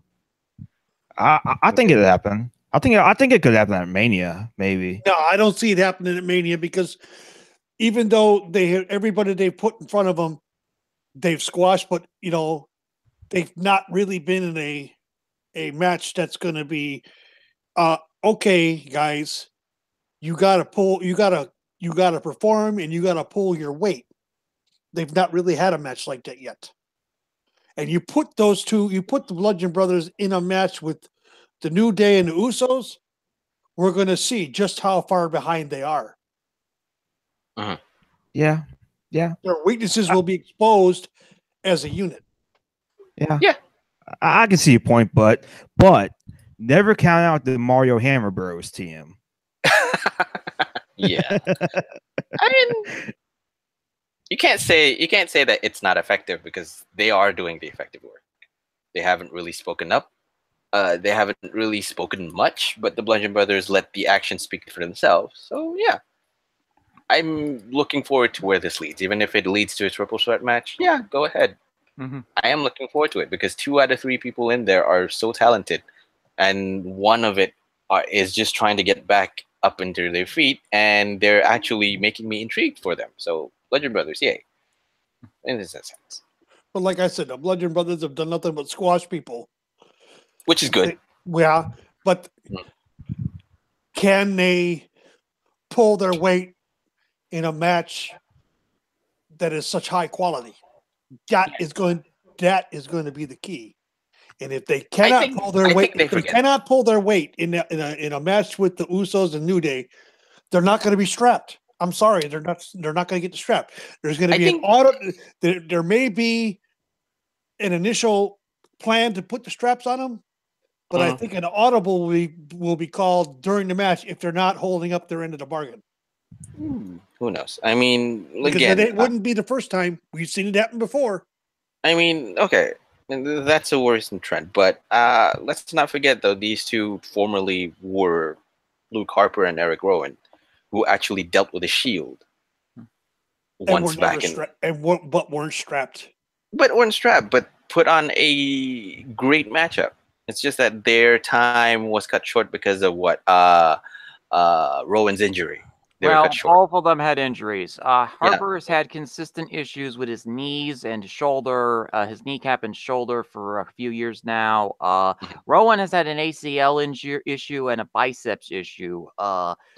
But it's just so nice for Eric Rowan to reunite with his Viking clan. You know, him and Harper going out for a 6-month vacation out in the lands of Iceland, learning how to fish, smashing them with giant mallets. You sure it isn't the Bayou?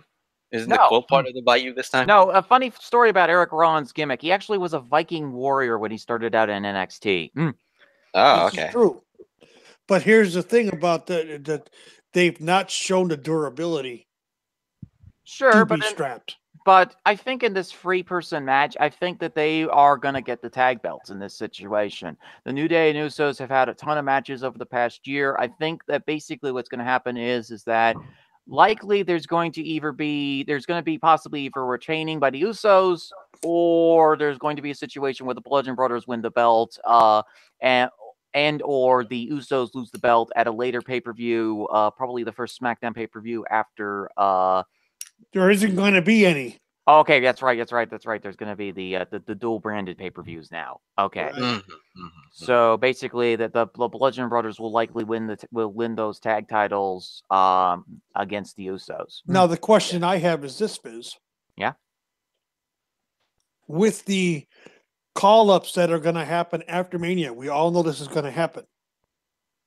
Will AOP come up and possibly be on SmackDown to take the straps from Rowan and Harper? I think they end up on Raw, and they end up beating the strap from Braun Strowman and Elias. Ooh. Yeah. Okay, what better way to set up Paul Ellering's wondrous murder monsters that he's had down in his basement than to destroy Braun Strowman? Oh, doesn't that sound like a wonderful proposition to a person? It does. It does. But I'm going to say this. I'm going to say this, Fizz. Strowman has grown on me, and you know me. I never was a big fan of Braun Strowman. And you know. And Braun can take the loss to the AOP in this situation. And I'm one of the true. But I was also one of the first ones to say that Elias is going to be his partner in the tag team because he's Strowman won the Battle Royal by himself. Yep. Who better to ask than someone he's basically has killed the last 3 times they've met? Please don't smash with the musical instruments this time, sir. Probably. I've already got massive complaints from the other musical clubs. when Braun hit him with that bass again, I didn't see the first one, but when he hit him in the last, in that Symphony of Destruction match, and he hit him with that bass again, I was like, oh my God. Take yourself. I was like, holy shit. They're going to go with these two as partners. Probably.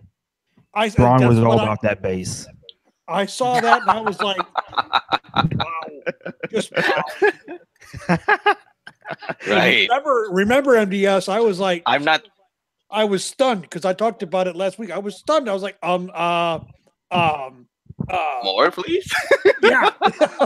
Please. And then the promo Elias cut on Tuesday night. This is your fault. And he walked out of the ring. That's all he said. I mean, I'm not going to be surprised if Braun Strowman's playlist includes Meghan Trainor's All About the Bass. But hey, it's something that can happen. The question I have is this: is Ellering going to come with him?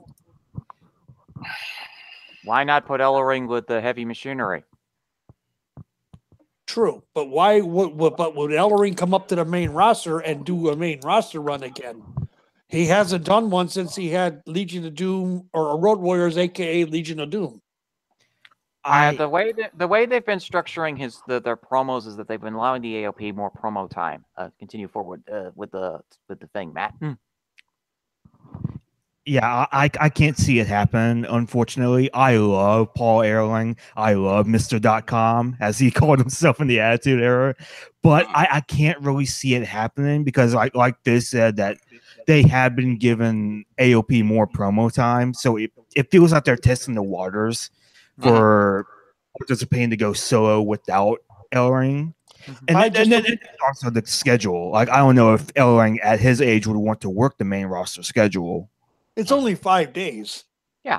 Yeah. Friday, the guy was in the Iditarod, okay? I think he's okay. Somehow. But hey, that's one thing. Would I love to see a promo battle between the two Pauls? Oh, you bet. Oh my God, would I love to see a promo battle between Paul Ellering and Paul Heyman? That would be great. Yeah, it would. I mean, yeah. Okay. I think the ideal situation when it comes to the AOP as far as the manager is concerned, instead of Paul, and I think you 3 of you have just realized who I'm about to talk about here. Instead of Paul, why not bring his daughter in as a manager? Ooh, Rachel? Oh no. Yes. Wow. Interesting. She's good on the mic. I'll give you that. Daddy, can I borrow the murder monsters to murder my ex-boyfriend? Oh no. Okay, dear, but be back before 11. Her ex-boyfriend's Elias, if I'm not mistaken.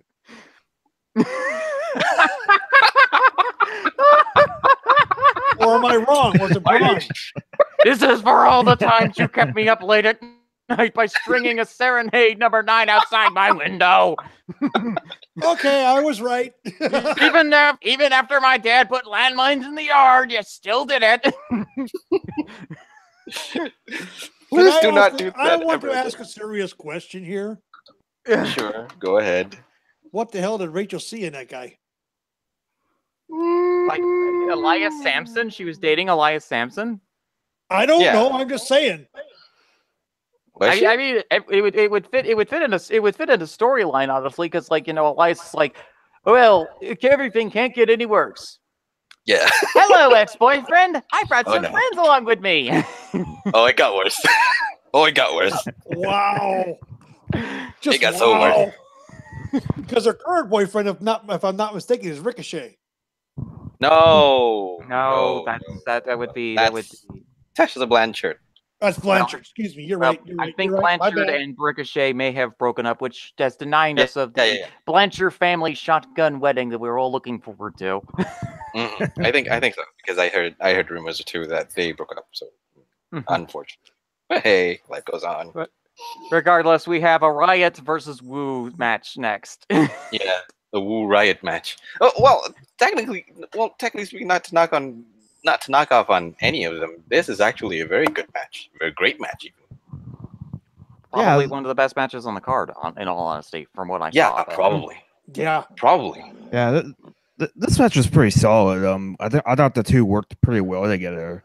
And I'd love to see Ruby Riott get more title opportunities like this. I just hope that they turn her face, because she's not really working as a heel. Like, she's trying her best. She really is, but I think she just works a lot better as a face. I think the argument being is that she can't really work as a face is kind of like, okay, it's understandable, but let's not forget she's a leader of a small faction who's forgettable already. If you check on her work as Heidi Lovelace as a heel promo, she can do heel. Is that she needs the freedom to do so, number one, and number two, she doesn't need to be shackled by two other people beside her, so she needs to go alone.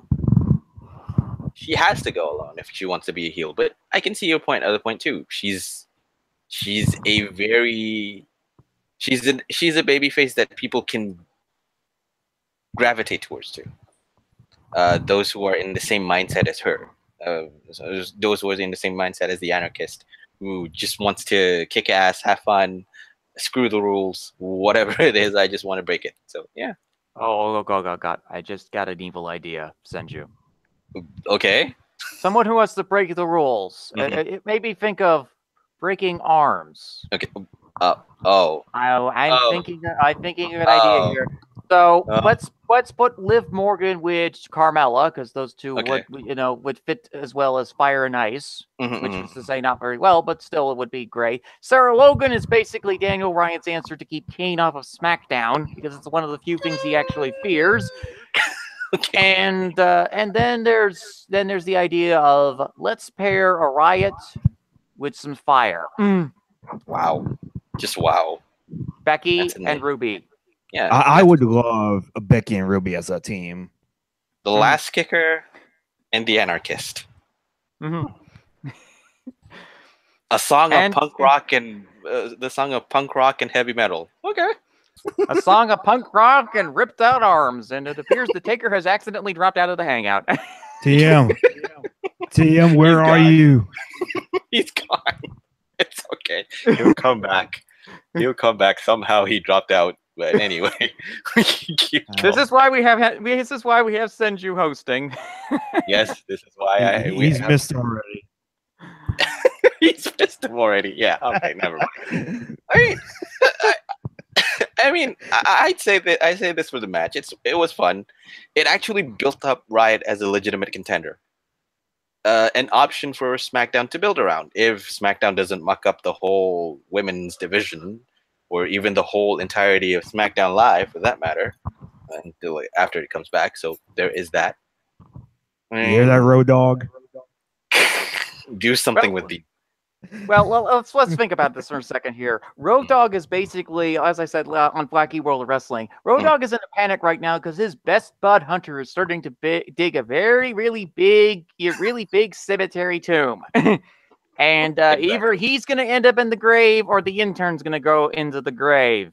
And they already lost enough interns to being melted to death by chocolate. It's exactly what happened. I want to apologize. Yeah, okay. TM, you're back. I had technical issues where my computer completely locked up and You had to restart the whole thing. I had to reboot the whole thing. Yeah, that's fine, man. We're used to we're used to technical difficulties. The best way to get past technical difficulties is just to go on with the show. Yep. Well, I appreciate you guys covering for me. Sorry, folks. Yeah, Mel Matt misses you. Yeah, of course he does.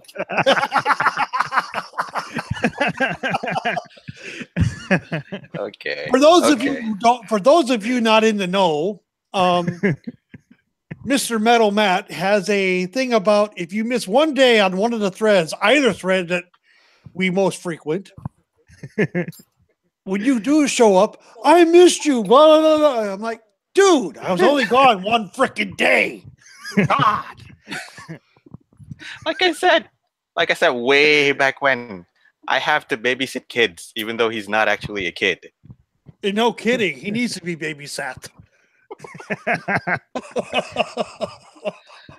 Okay, fine. I mean, we have one more point to talk about with Fastlane before we can kick this out into gear. The 6-pack challenge with the WWE Championship. So the right man won. Yeah. Yep. I mean, it wasn't going to be anybody else but the phenomenal hobo. I get to go to WrestleMania in New Orleans. I'm so happy. Oh, geez, I'm going to have to get myself kicked in the face by Nakamura. Oh, great. Well, it's like working at New Japan all over again with the sushi, the fries, and having to deal with that dang hacky sack club and the bull club. Let's not forget, Styles, you're now dealing with fries, hamburgers, and steaks. So you're stateside now rather than Oriental side. Boy, I'm so glad I'm not in that there hacky sack bull club anymore. I'm at WrestleMania. I'm so excited. But the question is, is AJ going to put Knock over? Possibly. I think Nakamura might go over on the show because they're gonna need baby faces to go over at WrestleMania. Some of them. So Nakamura. Well, we're having the face versus face championship match. Oops, sorry. Honestly, I think Nakamura will go over. Yeah. I know a lot of people want Styles to win, and I can see why. But I do think it is Nakamura's time, and I think Styles can't take a loss at this point. So I think Nakamura should win. I guess you guys talked about Charlotte and Asuka already too, didn't you? Yeah. No, not yet. We didn't even talk about that match. We will. Okay. We will talk about it. We will. We did talk a little bit about it during the Carmella, Lynch, Naomi, Natalia segment where we talked about Asuka, and her mask. The whole daimyo thing. So yeah, that. I mean, she's basically, it's like she decided I'm not going to face against that tiny little pixie Hulk and the invisible wrestler. The tiny little pixie Hulk who had a racist promo, but that's beside the point. That's beside the point. So she's going to get squashed to death by the invisible wrestler. Yeah. The invisible, no, not the invisible wrestler. She's going to get squashed by Nia Jax. And we're going to have Nia Jax as the women's champion on Raw. Well, that is the invisible wrestler, Taker. What? Invisible wrestler. She is the invisible wrestler. Oh, okay. Nia Jax, she's also here. We just can't find her yet. Yeah.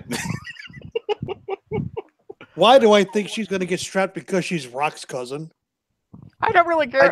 I mean, what isn't the joyous, motivation of her squashing the Pixie Hulk to death, even though she's an invisible wrestler? Isn't that a joy enough for you at this point, Taker? I mean, I know that you want somebody better at this point, but they're WWE. They're going to do this crazy, insane thing like they have in the past, except they've made a Faustian bargain, is what you're saying. Oh, yes, Faustian bargains, wonderful Faustian bargains, like all the Faustian bargains that people made during the Mae Young Classic. Yep. How's that working out for you, people? You ended up with Punch signed to WWE. That'd be Ronda Rousey. I told you, I warned you months ago, I was the crazy man with the colander hat and the tinfoil, waving a sign around and saying, the women's division is nigh. Oh, Oy. God. Oy vey. Oy vey. And I'm not a person that particularly cares excessively about the women's division, like the people who have all of these like bubblegum related shrines or something, because I like the women's division. It's just I believe that they all need to be a team, and this whole ideology of like standing this particular wrestler of I am the archer of the nation of Becky Stan. Worship my straight fire champion and watch her arm rip you to shreds. Oh, tell us how you really feel, Fizz Heyman. I mean, I don't understand Stan wrestling cults. In all honesty, I mean, it's basically like so. It's an entire division of wrestling fans that worships Ty Dillinger after he got super kicked by Shawn Michaels. That was Stan, by the way. I mean, so basically, it basically is to me. It's not a fan of this wrestler or that wrestler. It's all fans of Ty Dillinger. It's like one of those horror movies. It's like that. What's the name of that horror movie that starred Roddy Piper where he has the sunglasses? They live. They live. Yes. It's like an entire army of aliens. I'm here to chew bubble gum and kill people, and I'm all out of bubble gum. Mm-hmm. Kick ass and chew bubble gum. That's right. Kick ass and chew bubble gum. And besides, I think WrestleMania Voodoo Edition, besides the numerous amount of voodoo dolls involving the Miz that are likely going to be sold at this event, I own 100 Miz voodoo dolls. Mm-hmm. And I'm pretty sure a friend of mine up in New England owns about 1,000 of them, along with a large amount of Ryback plushies he's planning to burn at some point. But regardless, they're going to need a happy moment at this point because, you know, the hardcore fans are going to need their happy moment because AJ Styles losing to Nakamura will be a happy moment for them, whereas even though that they and the Roman Reigns fandom have technically unified over the same issue, which, again, it's like water and electricity mixing together, they still are going to not react very happily when our beloved Roman Reigns, beloved by all, wins at WrestleMania over the Beef Jerky Championship champions against Brock Lesnar, which might cause a riot in New Orleans. Probably. Who knows? I mean, okay, considering that we're done talking about Fastlane, we can probably talk a little bit about WrestleMania then. Yeah. There's one match here on this 6-match challenge that we should first. John Cena's acting completely crazy, which is typical of, you know, victims of a certain dead man. And then Shane McMahon basically had to reenact a scene from Jaws involving 2 Canadian wrestlers. The only problem with that, like I said, is that he didn't just jump the shark. He jumped the boat that was supposed to chase the shark. And then promptly got murdered by Sami Zayn and Kevin Owens, one of the most effective heel duos that I've seen in a very long time. What was up with the noises? Probably. I don't know. Well, he was selling the larynx issue. That's what the noises were about. Yeah, he was selling it. I guess, but man. No, think about it. It can't be any worse than the that Triple H was doing when he got speared through the floor, according to Michael Cole, by Roman Reigns. So apparently, Roman Reigns' spear is so hard that Triple H puked somehow, or was at least dry heaving. Dry heaving somehow. So and he had to take another trip to the Lazarus pits. Oh, that's always a sad thing. But then there's always the spirit of Stephanie. Well, Stephanie went to heaven. Yes, she did. And I'm sure Fizz understands what we mean by that. Fizz? No. Fizz, are you suddenly you're quiet? I think for her, it's a situation where she reminds herself of the great moments. Because like I did a study, of wrestlers who have had children, husband and wife duos. And funny thing about Triple H is statistic. Every time he had a kid, it was after doing a horrible act of evil. Bloodying Ric Flair to death, which may or may not be considered an act of evil, depending on how you feel about Ric Flair, which in this case, I don't like Ric Flair very much, so it's an act of good, which is weird. First kid comes out. Second time, I believe it was the time he double-crossed Edge. And third time, I forget, I think it was a feud with Batista. Okay, that one. But like I said, Stephanie went to heaven that night when she was spared. You look at that picture and the memes that are out there, it's hilarious. They were absolutely hilarious. We talked about this in a more graphic manner a few weeks ago, and I will not rehash that story. No. So basically, in this situation, moving on from that, we have another delusional individual, John Cena. Like he's just like he's like become this incredibly crazed wrestler. I'm being sued by Ford. I desperately need a main event WrestleMania match. Nikki is knocking down my door wanting to get married. I need to make $1 million for a match. I need to be on the Brock Lesnar. I need to be on the Brock Lesnar plan. I need to pay off that Ford lawsuit. I need to pay off all the damages for all those doors that Nikki Bella destroyed because she wants to get married now. So that's why. The funny thing about it is that those two have been engaged for almost a year. And from what I'm gathering and what I'm hearing, and I'm not someone who watches Total Divas because that is a show that I just don't see. I just don't understand. We bless those who do watch Total Divas and the eventual spin-offs, Total Bellas, and the spin-off involving The Miz. We bless you all for surviving that incredible reality show era carnage. But yes. Anyway, continue, Taker. That they're having issues. John and Nikki. That is what is coming out on Total Divas from what I'm hearing. And I will thank Matt DSM from the Florence, who has said so, that they seem to be having issues with the engagement now and the wedding planning. So, well, I mean, it's gonna cost a ton of money to douse the wedding arena in emerald green and silver. Okay. That's for one, and number two, and like I feel like Nikki at some point is probably going to face Asuka in a singles match and get her neck destroyed again. And getting her neck destroyed again. Number one. Number two, she wants to chase the glory again, which is. But well, she's the queen of strong style. She's going to go against the strongest Joshi warrior there is. Do you consider Nikki Bella next to Io Shirai? You consider Nikki Bella Joshi? Yes.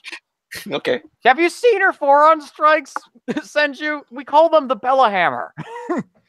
Because Wade Barrett disgraced the Bull Hammer so badly that Nikki Bella decided, you know what? Since I've been imbued with this power of a silver and green lightning bolt by the spirit of Maharu Mishua, I might as well use my powers to bring back strong style into the women's division.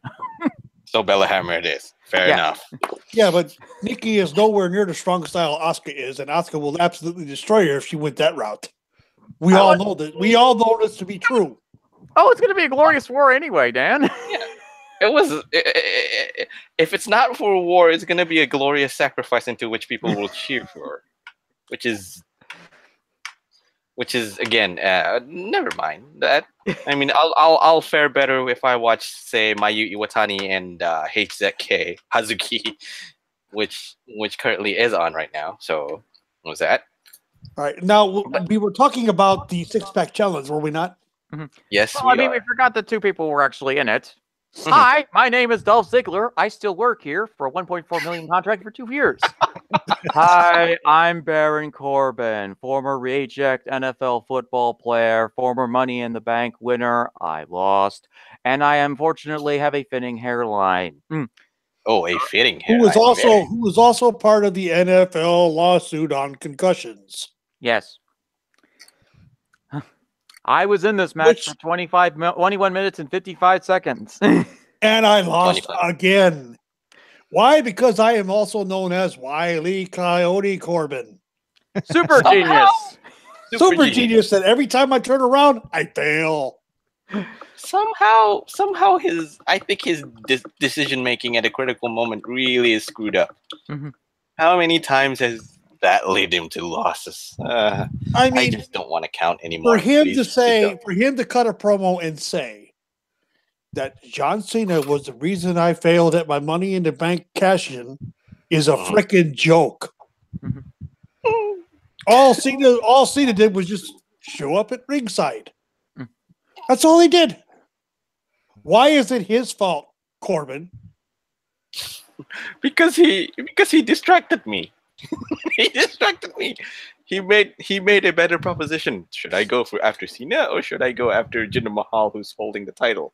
I could have gone for Jinder Mahal, who's holding the title, and currently I will be the WWE champion for an indeterminate amount of time. But Somehow I wanted to fight John Cena, which didn't work. Whatever god's gender is whatever Hindu god's gender is using, they are working really well because obviously they managed to confuse them. There's this story about this catfish in India.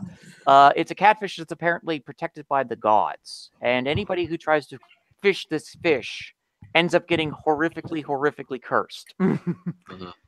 So basically, Jinder somehow managed to horrifically curse Baron Corbin with a receding hairline and an inability to win crucial wrestling matches.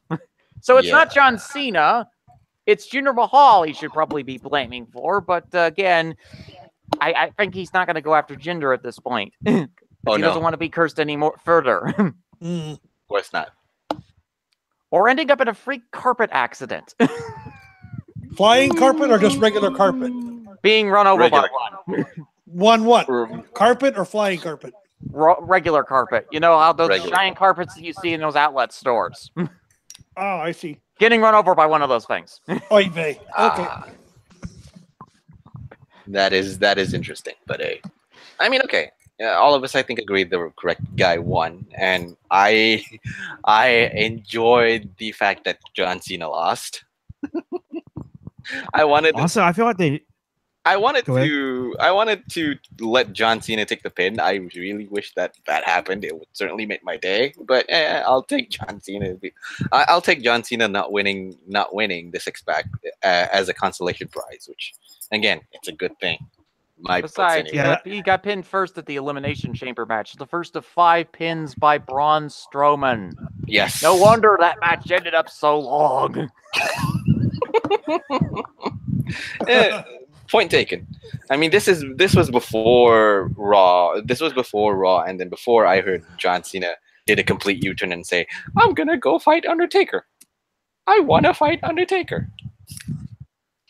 John Cena completely losing the plot. Well, John Cena's gone completely insane. Yeah, because he can't get a match at WrestleMania. He can't seem to win the big one. Big match John has been failing. I think it's a more personal note. He can't keep it up. Oh man, no. Phrasing. No. In the famous words of Daniel Bryan, no. Nope. No. That is Sami Zayn and Kevin Owens. Nope. Well, I mean, after you've been assassinated by the beloved Roman Reigns and having to, be reincarnated, after Roman has paraded your head around the streets of Rome, that you're going to lose that big match power. He's basically a fallen Olympic hero. Imagine Hercules when you lost his power. So there's that. So he can't keep it up anymore. Awkward silence. Yeah, I mean, it's Roman Bruticus, as you would call him. The beloved Roman Bruticus. Yes, the beloved Roman Bruticus, of course. Yeah. And of course, John Spartacus as well. Now, John Caesar of Olympus. Jonas Caesar of Olympus. Oy vey. Man, this show has fallen apart, but that's nothing unusual. But it's a tangential podcast. That's exactly what it is. Yeah, and okay, fine, fair enough. At least in that sense, with John Cena losing, of course, we're getting his story back on track on WrestleMania by somehow he's challenging the Undertaker. Somehow. Does he have a revive potion? Because last time I checked, Roman eliminated the Undertaker via bazooka. Yeah, but I think this time he has a store of max revives for that matter. Although, Undertaker made an appearance at the WrestleMania 34 press conference in full Western Undertaker gear. And all he said was, "Let the good times roll." Yes, it's on YouTube. It's out there. It is out there. So, are we gonna? Everybody's saying Biker Taker needs to respond. Is it going to be Biker Taker? Is it going to be the current Western style? Is it going to be the original Undertaker, or is it going to be Ministry of Darkness Taker? that responds to Cena's challenge. Which one is it? Or option like number 6 on this one. Is it going to be an angry Michelle McCool who proceeds to, hit Undertaker's finisher on Cena, then drag him to dinner with Taker, with Nikki, and they all have a dinner where she cooks alligator that she freshly caught outside her backyard. Or her famous meatloaf. Yeah. Her famous meatloaf. John, we talked about this before. My husband got blown up by Roman Reigns. I ain't having to do with that again. Come in, have some alligator roast. Bring Nikki with you. We'll tape trade some All Japan. I'm not having this conversation with my husband again. But he's not going out in the middle of that dang ring in the middle of WrestleMania again. You have to pack the Coffin and the Druids and everybody else. But I want to go on to WrestleMania. We all know this though. Mm. Mark Calloway, Undertaker is the ultimate company man. Mm-hmm. If he's asked, he'll do it. Mm-hmm. We know this. Mm-hmm. Yeah. But again, as much as I'm going to say this, and as much as it hurts me to say it, Mark, stay retired. If you're retired, stay there. Yeah, you've I'm earned that it. way as well. Because Taker, he doesn't need to come back. Like No, Undertaker he's does made not his need. He doesn't need to wrestle another match. Like he's done every possible thing that he could do. He's done everything. Like there's nothing left for him to do. Like nothing. Yeah. I mean, people are theorizing that maybe Biker Taker will come back because Kid Rock is being inducted into the Hall of Fame for whatever reason. And I think personally that's a stretch. Not long a stretch, but okay, it's a stretch. But yeah, it's a possible Besides, thing that could happen. Besides, we all know that Limp Bizkit made the superior Undertaker theme song. Yeah, I mean, we all know this. Yeah, rolling. Well, yeah, I mean, and I like Biker Taker. I do. Like when I first started watching wrestling, when I first started watching WWE, that was the first Undertaker I saw. So You were cheated. I know, but you know what? Like a couple years after I started watching, Dead Man Taker came back, and all was right with the world. But I'm sure you've gone back to SummerSlam 1996 and watched that Undertaker. Have you not, Matt? Mm-hmm. I've heard of it. I don't think I watched that particular match. What was that? The one with Mankind and No. 1996 Survivor Series was the Survivor debut of what was supposed to be Kane, the Undertaker, but that Kane was dropped. So it's just the Undertaker. Right. Although I think in a better argument on the theme song, I think I'll gyre it more to "You're Gonna Pay" by Jim Johnston. That was wonderful too. That was a great one. Yeah. Oh man. I'm partial to the original Undertaker theme.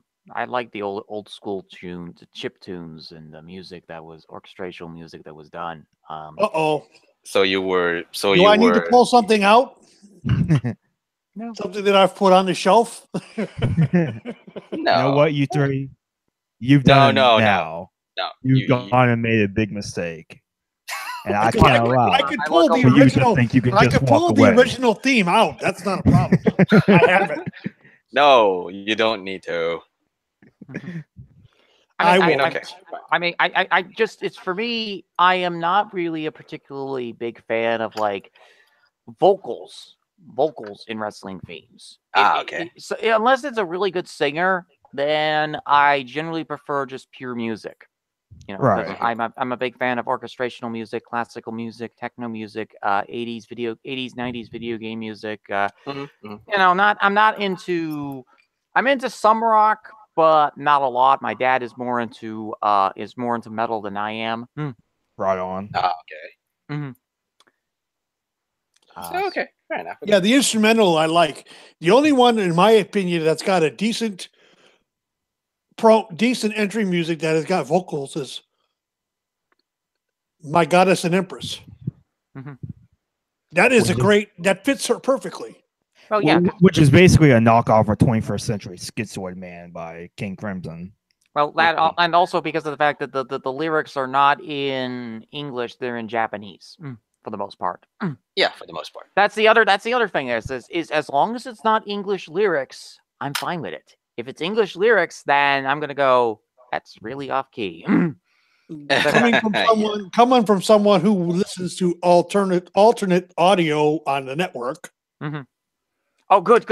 You followed the advice. See, I always recommend you go with alternate audio languages. I believe it or not, I did it during Fastlane. I listened to Sho Namaguchi and Funaki, and my God, the emotions are so much higher than the English. Because I've listened to both. I've watched both since then. I've watched English. Like I said, I watched the live, or I watched it in Japanese, and I watched it in English. And the Japanese, emotionally, are 5 times better. I couldn't understand a freaking word, but it's 5 times better. That's one thing I like about. And yes, Fizz, we know what's going on currently over in Osaka. We have the Haru Basho going on, and my goodness, I'm enjoying myself. Chaos, just total chaos. I could literally say about the last couple of Bashos has just been total chaos, and and that's just it's a new era in sumo wrestling. I mean, when you have a massive scandal with Hiromu Fuji resigning from the Sumo Association and Hakuho ending up with an injury to both his toes, and Kasana Sato possibly having to take more time off because of a shoulder issue, and for some reason Kakayura rising by a phoenix just does well, but then surprise, a guy from the regular salary divisions wins a tournament for the first time in, I believe, 8 years. Right, and then don't forget, we got Ichinojo going around eating everything. Yes, that is the big story on the stream I've been watching. Is that we've been cracking jokes about that all week, and it's funny as hell. The Leaning Tower of Ichinojo, a guy who's finally figured out that, okay, if I just lean on them really a lot, that I'm going to win some matches here. And he's actually managed to pull off quite an impressive winning streak. Yes, he has. We've been saying Ichinojo's been eating all the what is it? Where you go out, all the concessions. He's been eating the concessions out of food. Yes. He's been eating all the chakanabe in the world to be able to imitate the Leaning Tower of Pisa. I mean, here's a real funny one that was said the other night. Is that he was in a match where there was a lull in the action, and someone said he fell asleep, started snoring, woke up, and won the match. The 1 minute and 20-second long match. Yes, that's the one I'm talking about. Where he was in a match, and all of a sudden he had a lull in the action where he just stood there. Ichinojo fell asleep. He started snoring. He woke up and said, "Oh, I got a match to win," and put him out. I cracked up for the next 15 minutes. I couldn't stop laughing. Yeah. So we have John Cena, who's lost in the woods, who's trying to get an Undertaker match. We have Dolph Ziggler, who's also here, likely going to be in the Boundary to Giant Battle Royale. Baron Corbin, who's also here. Sami Zayn and Kevin Owens, who just destroyed Shane McMahon this past week on SmackDown. And then we got Ichinojo just eating everything. Yes. So basically, yes, a lot of shit happened. Yep. Now there's one match we haven't talked about. Okay. Ruby Wyatt. Ruby Wyatt? Ruby Wyatt. That's what I'm calling her. Ruby Wyatt. Thanks, Green. Thanks, Mr. Green. Okay. Ruby Wyatt. And Charlotte Flair. But do you know where the name came from? Not exactly. Let's keep it that way. Do you know? If you do, enlighten us all. Well, the iconic duo came up with that name back when they were feuding. And that's all I'm going to say. Ruby Wyatt. Ruby Wyatt. We actually technically spoke on that one. Is that we flew it and we flew past by Wait. Somebody who's your age doesn't know what Ruby Riot happens. It's kind of let's put it this way. Matt's nowhere near my age. I know, but think about this. But think about it. Basically, a certain cartoon character, who has a certain speech pattern. You're talking about Elmer Fudd? Elmer Fudd or Bugs Bunny? I'm not sure exactly. Elmer Fudd always would say to be very quiet. I'm hunting rabbits. I'm Yeah. Be very, very quiet. The iconic duo is coming. Really? Put your hearing aid on. I didn't see that promo, so I will admit to being ignorant. I did not see that promo. Okay. Honestly, I'm surprised that Australians get Looney Tunes down there. Speaking of Looney Tunes, Fizz. Yeah. In today's times, Looney Tunes would be considered overly violent. Mm-hmm. Okay. It's true. If you think about it, look at what's happened. Look what happened on those shows. Mm-hmm. Hammers, mallets, anvils. Mm-hmm. Baron Corbin cosplaying as a coyote and attempting to eat a roadrunner. Mm-hmm. That's true. It's John Cena being the roadrunner. Mm-hmm. Meet. Anyway. Meet. You can't see me. That is what. You can't see me. Meet. You can't see me. Fun fact about any time that I'm on a podcast, folks, unless I have like a batch listing structure, all of this is unscripted. Yep. It is. And that's the fun part about it all. Is that we fly by the seat of our pants. We go wherever it goes. Mm-hmm. Yep. It's like as much as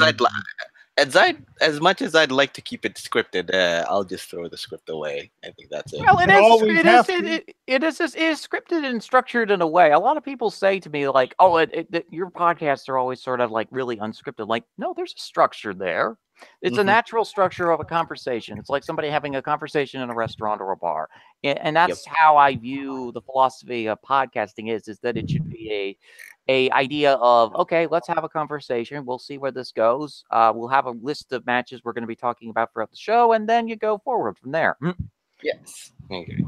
I mean, it's all there is to it. It's how we do things anyway. But okay. Anyway, Fastlane was great, even without a lowered expectations, I believe. Mm-hmm. I mean, I said this back on your show, Fizz, and I'll say this again on my show anyway. When you expect a show, when you expect a pay-per-view show that's on the downtimes, you'd have to really lower expectations to get a little bit of enjoyment out of it, because you got nothing to lose afterwards. One, number two, when you do focus on lowering the expectations and not caring much about what you were going to expect on a show and just come in and watch as a fan, you'll enjoy it a little bit more, even if it is a downtime show. Number one. Well, if you think about our show, MDS, we're just a group of guys. You and I are the two guys that talk about wrestling. We talk about it 7 days a week when we're online. You and I. When we bring other people in, it's like a group of us or sitting down at a table in the backyard at a barbecue.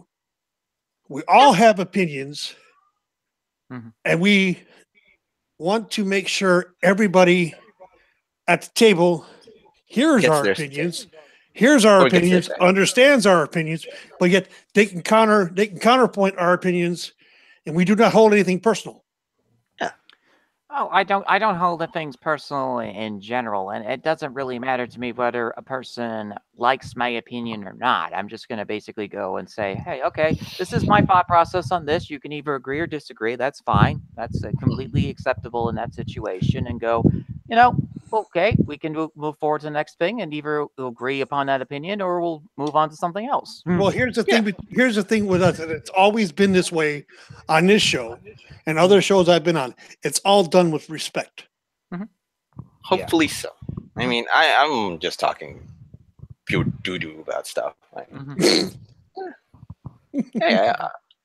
I'm serious. So basically, Fastlane set the table for WrestleMania Voodoo Edition. Taker's going to buy all the Voodoo dolls in the world, and and then we're going to look forward to how many matches are going to be on this show? 11 to 15. Well, right now they're showing. Right now, Meltzer's reporting 14 matches, and that's enough, according to him.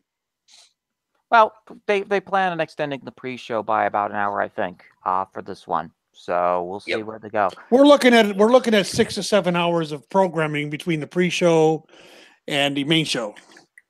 Yeah, hopefully. I mean, right now, only on the board is already 10. Mm-hmm. Yeah, and the 10 that I'm seeing are solid. Mm-hmm. Yeah, 10 plus one cruiserweight. I don't know. That's already in there. So yeah, 10 basically. Yeah, including the cruiserweights, which is gonna. We don't know the second participant. Mm-hmm. Well, everyone is pending Mustafa Ali to go against. I don't think it's going to be Mustafa Ali. I think it's going to be Gulak. Yeah, I think so too. Just have that face heel dynamic. Mm-hmm. We'll see. And I'd like to see that match open WrestleMania. Mm-hmm. I don't know if it'll happen. The first, I don't want the reset that they're doing with the cruiserweights and the way it's been getting. I've been looking at it. I've been watching the cruiserweight, 205 Live, and finally, they seem to have some kind of direction, and it is actually becoming a very, very, very solid show. And all they needed to do was a blood ritualistic sacrifice of Enzo Amore and poach somebody from TNA. Well, actually, blood sacrifice too with Enzo Amore. Mm-hmm. With Enzo Amore. Gul Golak is really enjoying that Skull Cup. Oh yes, indeed. And Drew Gulak is, God love him. Even with his 275 slide PowerPoint presentation that he'll probably never get through. He'll never get through it because you gotta love him. He's the kind of heel that everybody wants to pay money to see get his ass kicked time and time again. Indeed. And why? Because of the PowerPoint presentation alone. Yeah, but now he's getting more character. He's more vicious now. He's evil. They're finally taking the handcuffs off the people and letting them be who and what they really are. And that is what he can't get through. Go ahead. Go on. Because he can't get through his PowerPoint presentation. That's why he's so vicious. That's why he's vicious. He was stuck in a stable with Enzo Amore for several months. That's going to turn anybody crazy. Yeah, that's number 2. But we could say the same thing about certain characters on the main roster as well, who have finally been been able to get the handcuffs removed. Certain Roman Bruticus, of course, is one of them. That series of promos he cut with John Cena was where the handcuffs were removed because he showed that he can go off script and still get his point across. Well, he basically, I think the minute that everybody realized that Roman could cut a really good promo was that time when he soaked the audience's adoration, cheers, and enjoyment after his match with Undertaker last WrestleMania. Exactly. When he cut the 5 or 6 word promo, this is my yard now. Yep. For 12 minutes, he stood out there and worked the crowd. It was like, I'm like, oh yeah, here we go. And then the series of promos with John Cena just solidified his ability. And the promos now that he's cutting on Brock, oh my God. He's got the WWE universe actually despising Brock Lesnar, which is something I never thought would happen. I mean, in a sense, it's just because of timing. I think the timing was correct for him to say something like that because, of the general thought process on people and Brock Lesnar, of course. But yeah, it's an interesting way of going through it. I won't deny it. I won't deny that it works. So, I mean, I've been a fan of Roman Reigns since the beginning, and I suffered through the suffering succotash and all that crap that they gave him in all those lovely promos. Lovely promos that Vince somehow gave went him. over like concrete balloons. Mm-hmm. And to see him come out the other side now and be solid in the ring, a solid worker, a workhorse, and is able to cut a hell of a promo now. I'm sorry, I'm going to say this. I'm going to give Vince credit. He's actually made a superstar in Roman Reigns. He could be. We'll see. I mean, the thing is right now it's like he's basically like he's the 1A to, as far as the best members of the Shield goes, he's the 1A to Jason Jordan, who similarly is the best member of the Shield. And then we have and Roman is of course above Dean and Seth because they're Dean and Seth. Well, here's the thing though. Last year, Roman made up a lot of ground and showed just what kind of a performer he really is in that series of matches with Strowman. He made Strowman look like $1 million when no one else really could. Yeah, Roman's improved a lot. And I've always been a Roman fan, but it's kind of been like they kind of pushed him a bit too soon. And it was also really bad timing because right as he was starting to get pushed, that's when people just kept yearning for Daniel Bryan. So I think it was just kind of bad timing. I was always confused by the Daniel Bryan push because I was like, okay, Daniel's already had his massive push. He's already had his babyface run. Let's go with the next guy on the list. I know that you guys like Daniel so much, but there's always been those health and injury concerns which reared its ugly head. And I was like, and I was one of the people who was like very forward thinking, going, okay, let's go with Roman.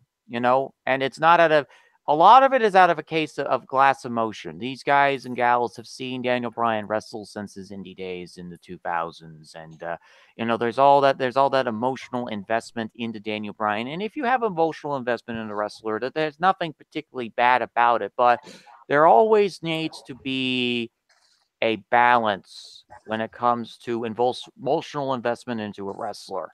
I always try to be emotionally balanced in that situation because, if you go too far in one direction or the other, it's always leads to you going down a path that you really shouldn't be going down.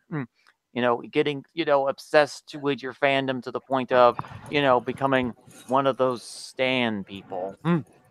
Yeah. That's a grade. Like, I just kick Stan. You're Matt. I hate to inform you of this, but you are part of Becky Stan. I know. I was just making a Shawn Michaels joke. I didn't want to do this, but the opportunity presented itself, and I had to. Yeah. Nothing personal. Nothing personal. Yeah, I get you. I mean, for me, Fizz, hold on 1 second, please. Okay. Matt, you and I have had several conversations. Yeah. About Becky. And you are beginning to see the light of my logic, which is nice to see. You may not ever really buy into what I'm seeing, but you're starting to see what I'm seeing, which I have to give you credit for. Yeah. Because, thanks. because most members of a stan will not accept what I'm saying. And you, sir, have. It all depends on the individual, whether they want to accept it or not. That's the other thing there, Taker, is that I think at times one of the biggest things I've noticed over the past several years of studying the wrestling fandom is that oftentimes we look at things from the perspective of all of the group, instead of going at a case-by-case basis on the individuals. Go ahead. Which has always been the case of like people like, oh, you're a Roman Reigns fan, all of you must be alike. No, Roman Reigns fans, Seth Rollins fans, they're always, every one of them is always different. Any wrestling fan base that you see, there's always going to be different facets of a person in that fandom. You always have to look at it from a case-by-case basis. I don't look at Undertaker fans the same way. I don't look at it, it's always the individual first, the group second. Because I don't believe in the ideology of the group think. Right. I will admit I'm a member of the Undertaker stand. I will admit it. Okay. But I will also listen to others' opinions and others' logic. And that's what I'm giving Matt credit for, is that he has listened to my logic and my opinions and has not, attacked me for having opposite opinions of his own. Yeah. And I have the utmost respect for Metal Matt. I do. And I just want Matt to know that. And I feel the same way about. Oh yeah, and I have the utmost respect for everybody here, MDS, TM, Fizz, everybody, and I value your advice and respect. So yeah, I totally get what you're saying. I mean, I don't go with favorites in personal experience, because I'm a person who always has very low expectations of the professional wrestling field, because I didn't get into this field until I was 18. Basically, it means that I don't have a childhood investment like a lot of wrestling fans do in these situations. In each individual, you never know what background that they came out of. Did they have a good childhood? Did they have a bad childhood? Did they use wrestling to fill whatever void that they had in their childhood? You always have to ask that question when you're dealing with a veteran fan of professional wrestling. Again, individual, case-by-case basis. And so what I did is like with my personal interest in fandom, I had a system in face. It's a cycle system. I have a like, dislike, indifferent to, and hate list. I don't have a favorite wrestler. I have a lot of wrestlers I like. I have a lot of wrestlers I dislike. I have a lot of wrestlers I'm indifferent to. And the two categories you really should be if you're a wrestler is like or indifferent. If you're in dislike or hate, it's going to take a while for you to get out of there. That's true. Well, Fizz, you know me. I don't have a hate category. Because to me, hate is such a strong word and strong feeling. Love and hate, the line between those two is so fine that I prefer to use despise. Oh, I know that. And, but just my feelings on The Miz and Alexa Bliss, they're in the same category. I just they rub me the way, like I have said before, and I'll say again, they hit that nerve in my back that causes my legs to twitch. Okay. I mean, my gal Miz is in the dislike category, and Alexa Bliss is in the like category. But then again, that's me. I'm a fan of been a fan of Alexa Bliss for years. Since her days it started in NXT, and I mean, her as a face, she's good at it. Her as a heel, she's great at it. She's doing her job. If I despise her, just like The Miz is doing his job. We've had this discussion more than once, and with others, including your former co-host. And him and I go back and forth on Twitter all the time about Miz, and it's fun. We know it's not personal. Yeah. And it's like he's away with you. And I'm like, no, I'm going to be here to bug you because I don't like to miss. Never have, never will. Yeah. Yeah. That's actually true. I did because it's what you like and what you don't like. It's subjective to one another. Well, here's the funny thing about it. I don't like The Miz, and yet Ernie Ladd, I loved as a heel because he was somebody that was like, I'm good, I'm badass, I know it, kiss my ass. And that's the same attitude Miz has, but he's not really that damn good. Well, he comes from the 90s, that 90s internet, that 90s .com generation of, the slick hair, the I'm awesome and you're not sort of category, which just sticks, a lot of people who were born before that era the wrong way. They're like, okay, you're the ones who benefited from our generation, so now we're going to be angry at you for this. That's right. He benefited from the Ernie Lads. He benefited from the Dusty Rhodes. He benefited from the Bruiser and the Crusher and Dick Murdoch. And I can't respect a man that is trying to ride their coattails. And that's how I feel. That's what I feel The Miz is doing. My opinion, But yet again, like I said before, I'm old. Mm-hmm. Yeah. I'm actually funny things, Senju. I've actually got a little project planned involving the Miz. It's going to be a written article series that's going to probably be debuting over the next month for us. So, oh God, don't please. Oh no! This is gonna be. Since one of my friends did a respective on the Miz's status as a card wrestler, I thought, it'd be a really great idea.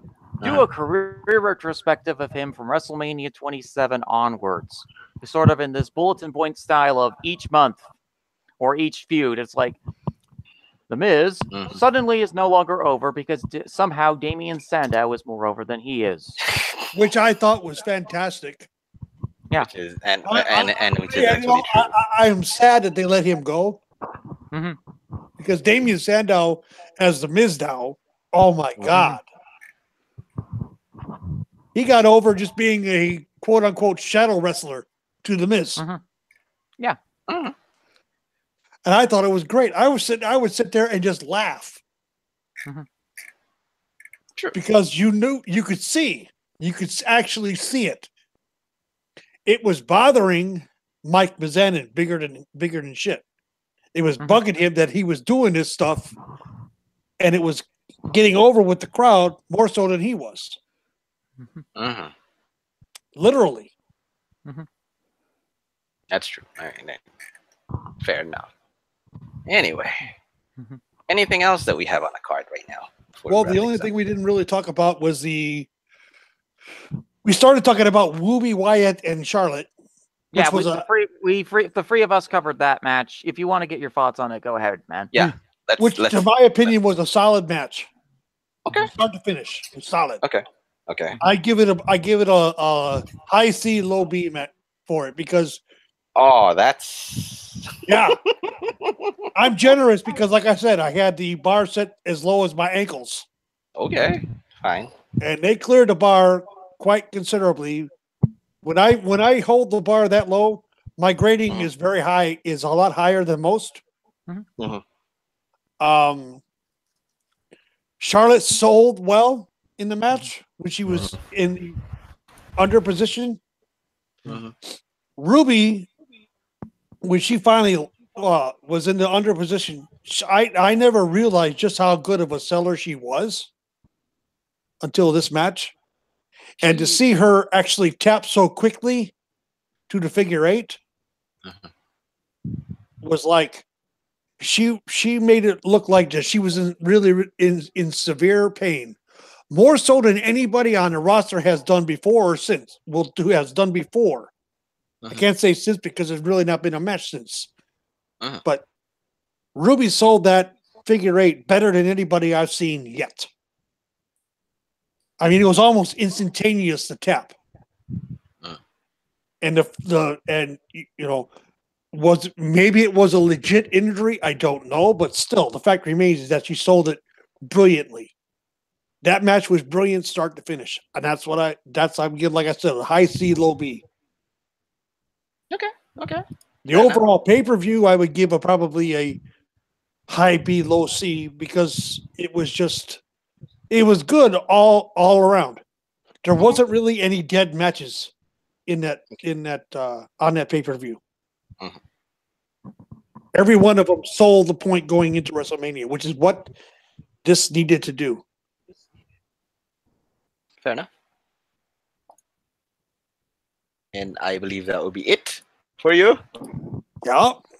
Okay. Anything else that we need to clear off from the plate?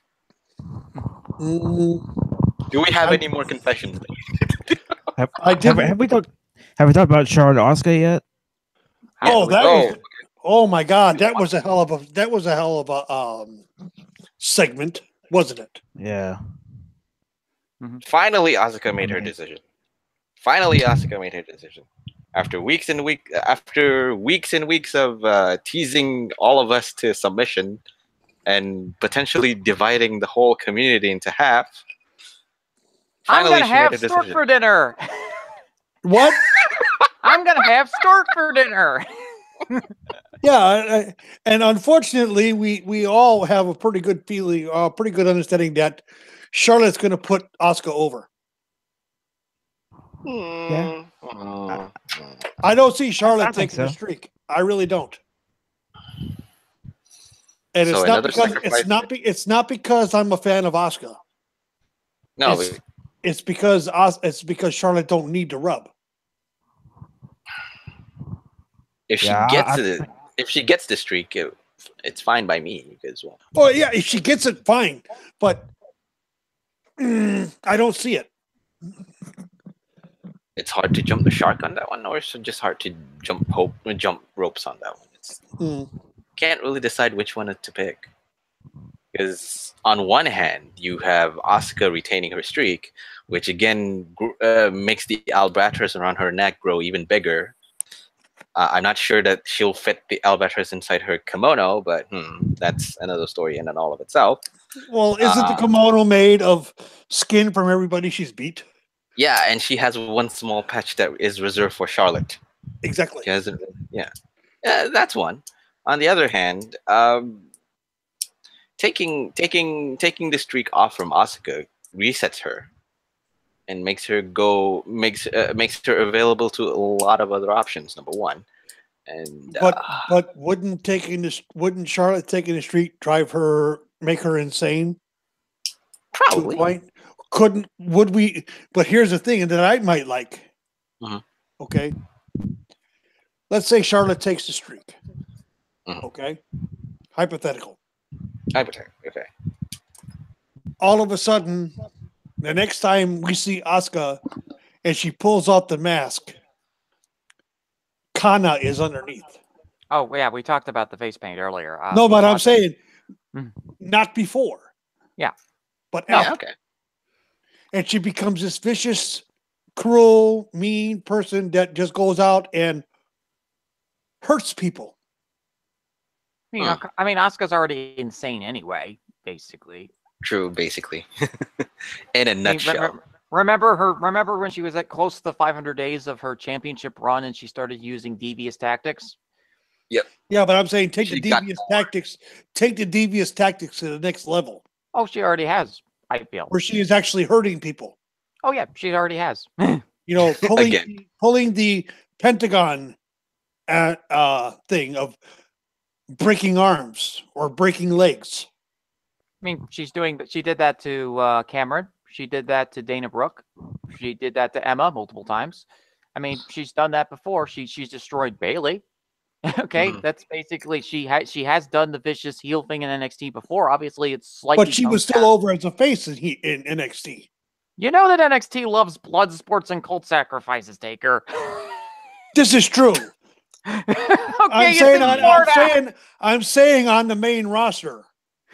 Now, I'm not talking about NXT. I'm saying on the main roster, Fizz, that she becomes the Pentagon of the women's division, where she is, she wins, but then she turns around and snaps arms just for shits and giggles, like Pentagon was doing.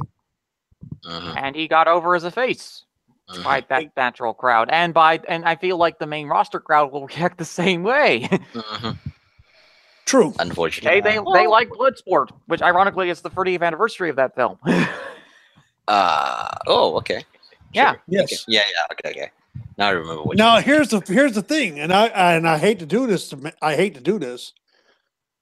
I could see her doing it to Becky, just because it is Becky and she is so over as a face. You want to solidify Asuka turning heel? Have her do that to Becky, and then have Becky sell it for the next 8 weeks. Although I honestly, this whole hypothetical Asuka heel run might actually be eclipsed by the other heel run that's probably going to be happening on the Raw's women's division side. Oh.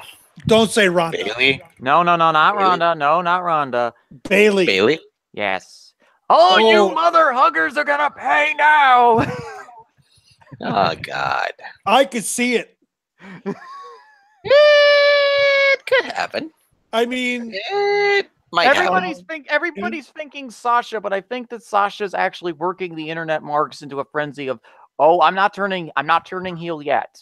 I think Bailey's going to be the one that turns heel. I do too. In this situation. She turned heel first, then. Well, think about it. Everything, the two things that have happened with the Royal Rumble and the Elimination Chamber where Sasha did the heelish things to Bailey and eliminated Bailey in both instances. And then Bailey first refusing to hug and then leaving Sasha high and dry in a tag match, and after the match when Sasha got beat down, Bay heel is coming.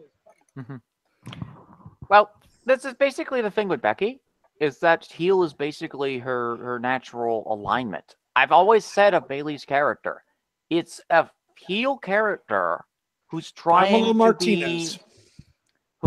to be a babyface, who's trying to be a good person. It's a heel who's struggling to try and be a good person. And Bailey is now snapped. I mean, all of her idols are all these heel wrestlers. I went, you idolize the first person she hugged was AJ Lee, the heel champion at the time. And that stuck in my mind. I was like, she's not a babyface. She's technically a face, but she's a face who's technically a heel masquerading as a babyface. Exactly. Same thing with Becky Lynch during the that Irish dance group. God doggone it, I can't think of it now. Right. Becky was more a heel in her independent run and her beginnings with NXT. Yeah. Although Mr. Metal Matt will not accept that. He's like, no, she's the greatest face of them all. No, she's not. She is better as a heel. I mean, she wasn't a heel in the Indies and NXT, but I think once she turned face, I think once they started letting her be herself instead of like Sasha's lackey or an Irish jig dancer or whatever that first gimmick was, I think that's when she really got over with the crowd. Although she was the one that she was the one that turned Bailey heel initially, or turned Bailey face. Because both her and Bailey, in the very beginnings of their career in NXT, were both heels. She's the one that slammed Bailey from behind into the ropes, basically hanging her neck on him. Yeah. But Becky has always been a better heel than she's been a face. Even though she's over as much as she is as a white bread baby face, or white meat baby face, I should say.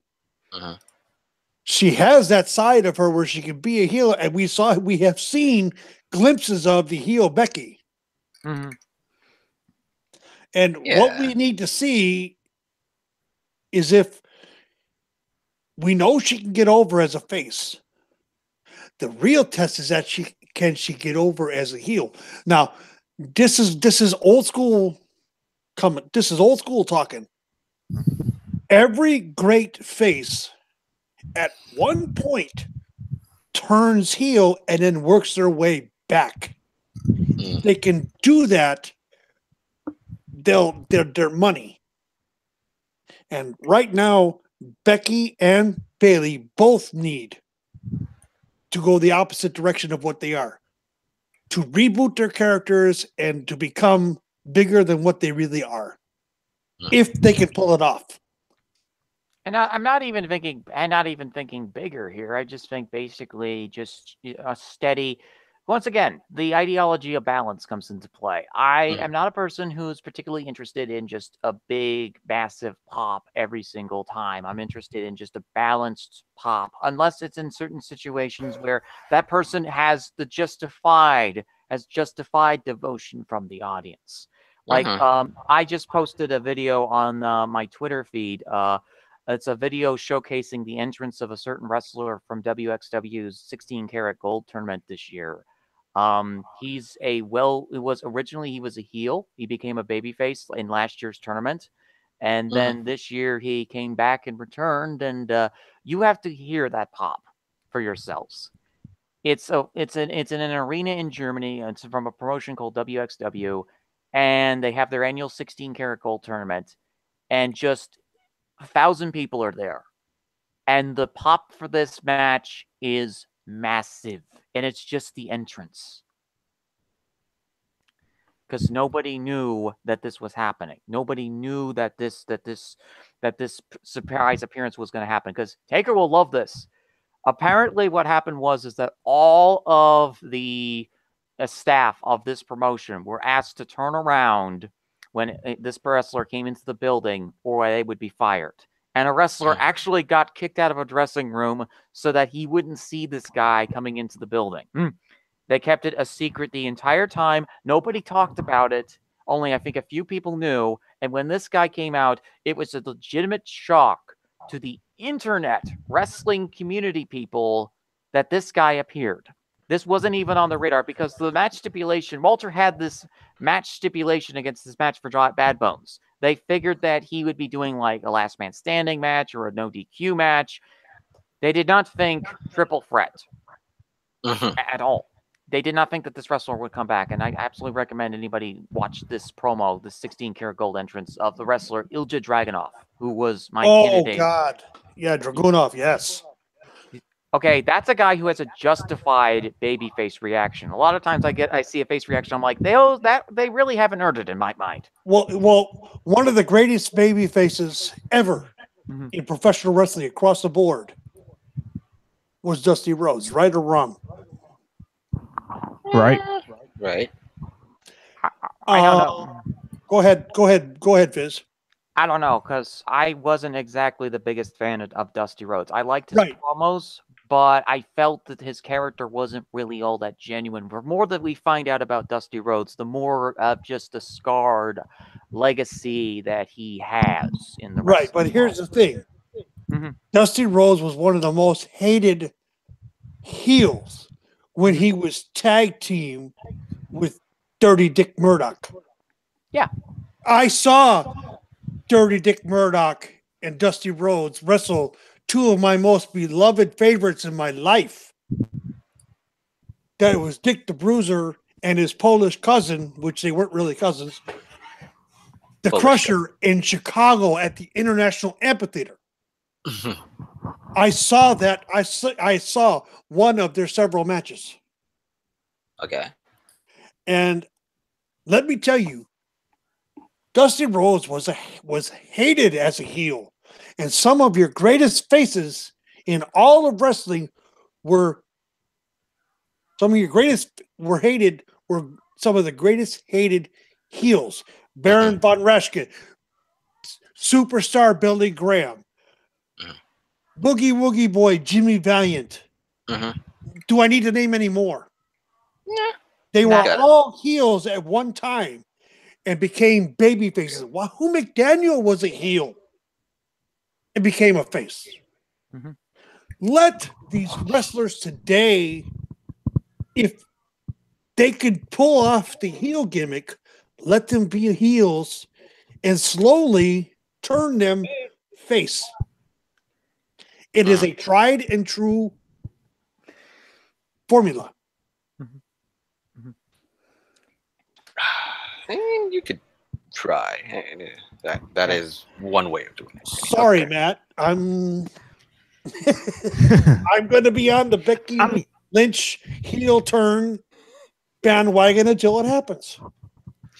I mean, the thing with like Bayley is like at this point, why not turn her heel? I mean, why not? It's like her character has been pretty much destroyed into oblivion. And so has Becky's. Would a heel turn be any worse? No. I mean, I don't think Becky's been destroyed. I mean, she's been damaged, but I don't think it's beyond repair. You know, Bayley is beyond repair. I mean, I don't think Becky is, because the thing with Becky, what killed Becky was the kendo stick on a pole match where she got it and didn't use it. Yeah. You mean Bayley? Or I should say Bailey. Yes, correct. Yeah, Bailey. Yeah, you should Bailey. That was the end of her character as a face. I'm sorry. Oh yeah, it was. But the thing with Becky that I always say is like, I totally get why people would want a heel turn. I really do, because one, people when they're heels get booked better. Like that's just a fact.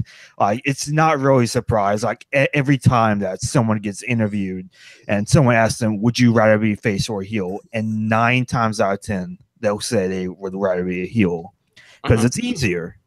Yeah, it's easier to be a heel. It is because there's more reality involved with being a heel versus being a face. Yeah. But my thing with Becky is that, she is still over as a face. And not only is she still over, she's still over in spite of her bad booking. And if you saw Fastlane in that tag match with her, Naomi, Carmella, and Natalya, the only person to get chance in that match was Becky. Yeah, but let me put it to you like this. Wasn't Naomi a great heel at one point? And now she's a great face. Why? Because she had that run as a heel.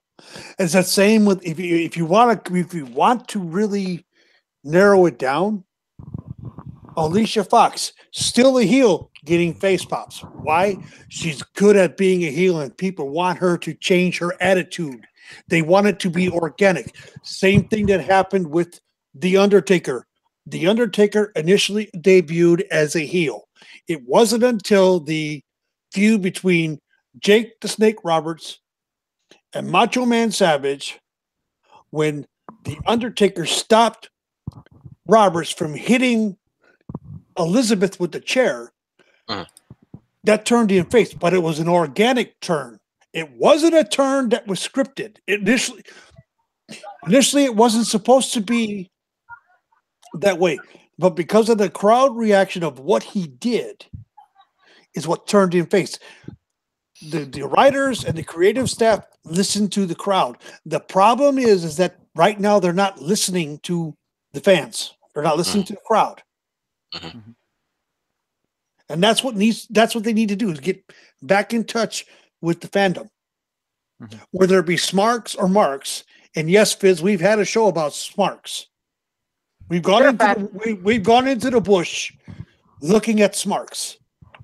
And today we actually kind of did talk a little bit about the again, another facet of wrestling fandom and how interesting it is as a study, because I do human zoology. I study social groups. I study fandoms, and I always find it a very fascinating subject. There is a definite line between Marks and Smarks. Oh, there is. There always is. I mean, okay. But I hate to cut the whole thing short because, well, it's 1:56 p.m. on my end, so yeah. It's been a long show. Let's keep it going. It's been a long show, and it's been informative for everybody. Yeah. Hey, let's keep it going. First ever 24-hour podcast. I gotta work tonight, guys. You know that. And besides, there's an 8-hour limit on how much podcasting you can do on an individual Hangouts. Yes, there's always that. So unless you have Twitch. So anyway, we're gonna wrap this up, right? Yes, we are. We need to. Because I think if I don't, then we'll keep on continuing talking. Which is never a bad thing. But hey, I know you guys have lives to do and real jobs to take care of. Paychecks to cash in, whatnot. Such is life.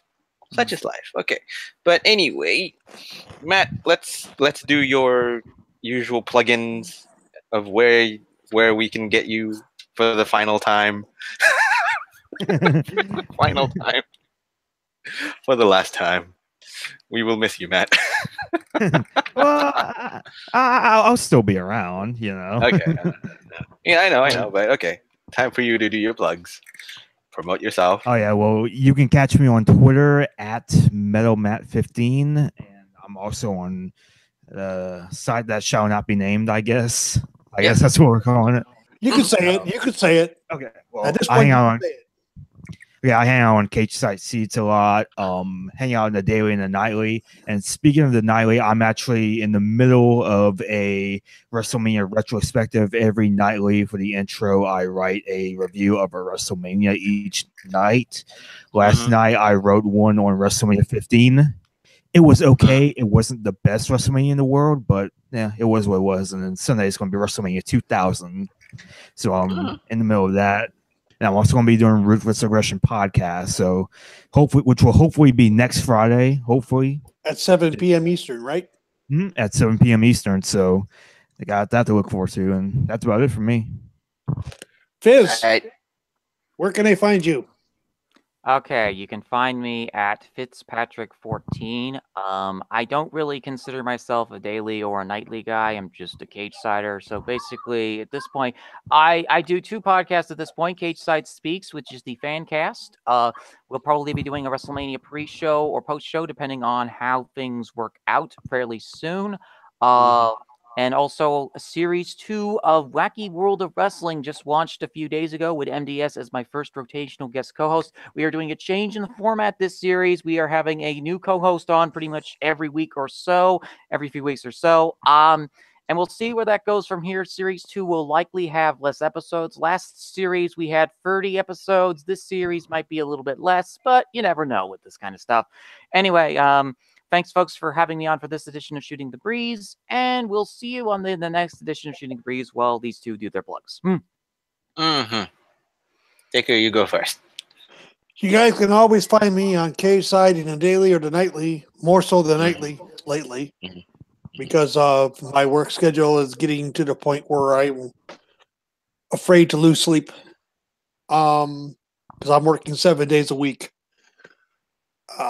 You could also follow me at Twitter at TakersMinion. I also have how would you say the characters I have? What are they, MDS? They're Japanese. They're Japanese characters. What exactly? Because I know there's two forms. They're hiraganas. Okay, they're hiragana characters. You will find it, and it always says TM at the end. That's me. Yes. Okay. And where can they? We always are going to plug the Ringside Geeks, which has Luke Monroe. You're gonna plug that first before letting me plug everything. Yeah, I'm gonna plug a few, so you don't have to do them all. Sure, go ahead. I'm gonna be polite. Sure, there's go ahead. Ringside Geeks. There's also something. Was it? Something what to happened? wrestle? Something to wrestle with. That's including Conrad Thompson and Bruce Pritchard, as well as What Happened When with Tony Schiavone and Conrad Thompson. Almost said Bruce Pritchard. That would not have been good. Both of those shows are located on MLW Network. You can also find Two Guys, One Sport, one of the our sister podcasts. That includes Crazy Chris Colgan and Curtain Jerker. They talk a lot about WWE as well as NJPW. Always a great show when you listen to them. You never leave there unhappy. I'll tell you that much. All right. And MDS, where can they find you? Well, they can find me on Twitter. For the first time in quite possibly several months, I've changed my Twitter feed. I've changed my Twitter handle. I noticed now it's actually Mr. Dr. Senju, MRDR Senju, rather than Becky Got Bang 666. Of course, I'll always respect that, but hey, I need to be a little bit more professional going forward. So here I am. So again, Twitter, my new Twitter handle is Mr. Dr. Senju. That's MRDR Senju. Of course, you can catch me on Cage Sides on the daily as well as the nightly. I do my best to appear on almost every other day. Not every single day, just every other day. Yeah, on every other day. So at least you are missed when you're not there. And folks, since today is a special day, we want to wish you all a nice, happy, safe St. Patrick's Day for those of us who celebrates the holiday. I've already got my roast, already got my cabbage, I got my sodas, all good to go. Yeah. I've got my corned beef and cabbage and onions and potatoes in the pot. Yes. I'm Irish too, there, Fizz. So it's in the family. Yeah, okay. But okay, I have a lot of other things to plug. Of course, we have the Cage Side Seats affiliated with the Bitter Boys Club featuring Brent Brookhausen, All Ego Ethan Page. We have Not Your Demographic featuring Stella and Aaron, Keeping Up with the Kayfabe, Mark Riley, Jody May Esquire, and Jack King. Of course, Bros Before Elbows, Anthony, Farron, and Tommy. Again, we have the unaffiliated podcast as well. Podcasts that are not under the Cage Side Seat wing and are independent going out. We have Two Guys One Sport. Crazy Chris Colgan and George Curtin Jergot Sabes had their show yesterday, and not yesterday, Thursday. Thursday. Get it right, damn it. Yeah, okay. Get Thursday. it right, damn it. Or Vince is going to come after you and cut your contract. Do I have a contract with Vince? I don't know. I didn't know I have a contract with Vince. We all do, in a sense, but anyway. Anyway, we also have Violent Wrestling Podcast with Ambrose Ali and Chris Masculofets. Match Fixing with Don Sal Cusmano on Cedar Bridge Media. You can guess that. Of course, we have to promote Fizzy's Record World Wrestling making their grand return, not grand appearance. And don't forget Roundhouse. Yeah. Don't forget Roundhouse as well. Roundhouse Podcast, Roundhouse Wrestling Podcast. Of course, there's a lot of other things that I would wish to go out on the chest, but I can't really remember. I'm sorry. This has been episode 36 of Shootin' the Breeze. What was the title again? It's All paths lead to WrestleMania. Or to a giant Snickers bar. Yes. Whichever one's the case. All paths lead to Mania or a giant Snickers bar. I love Snickers, actually. I enjoy biting down on it a lot. Anyway. Happy St. Patrick's Day, folks. And worship the Snicker gods today, for it is a glorious day today. Snickers and Mars bars gods. Worship them because it's a glorious day. Happy St. Patrick's Day. Drink responsibly. I am Mr. Dr. Senju. That's TakersMinion. For both Metal Matt and Fitzpatrick, we bid you adieu. 36 is in the books, guys. Bye.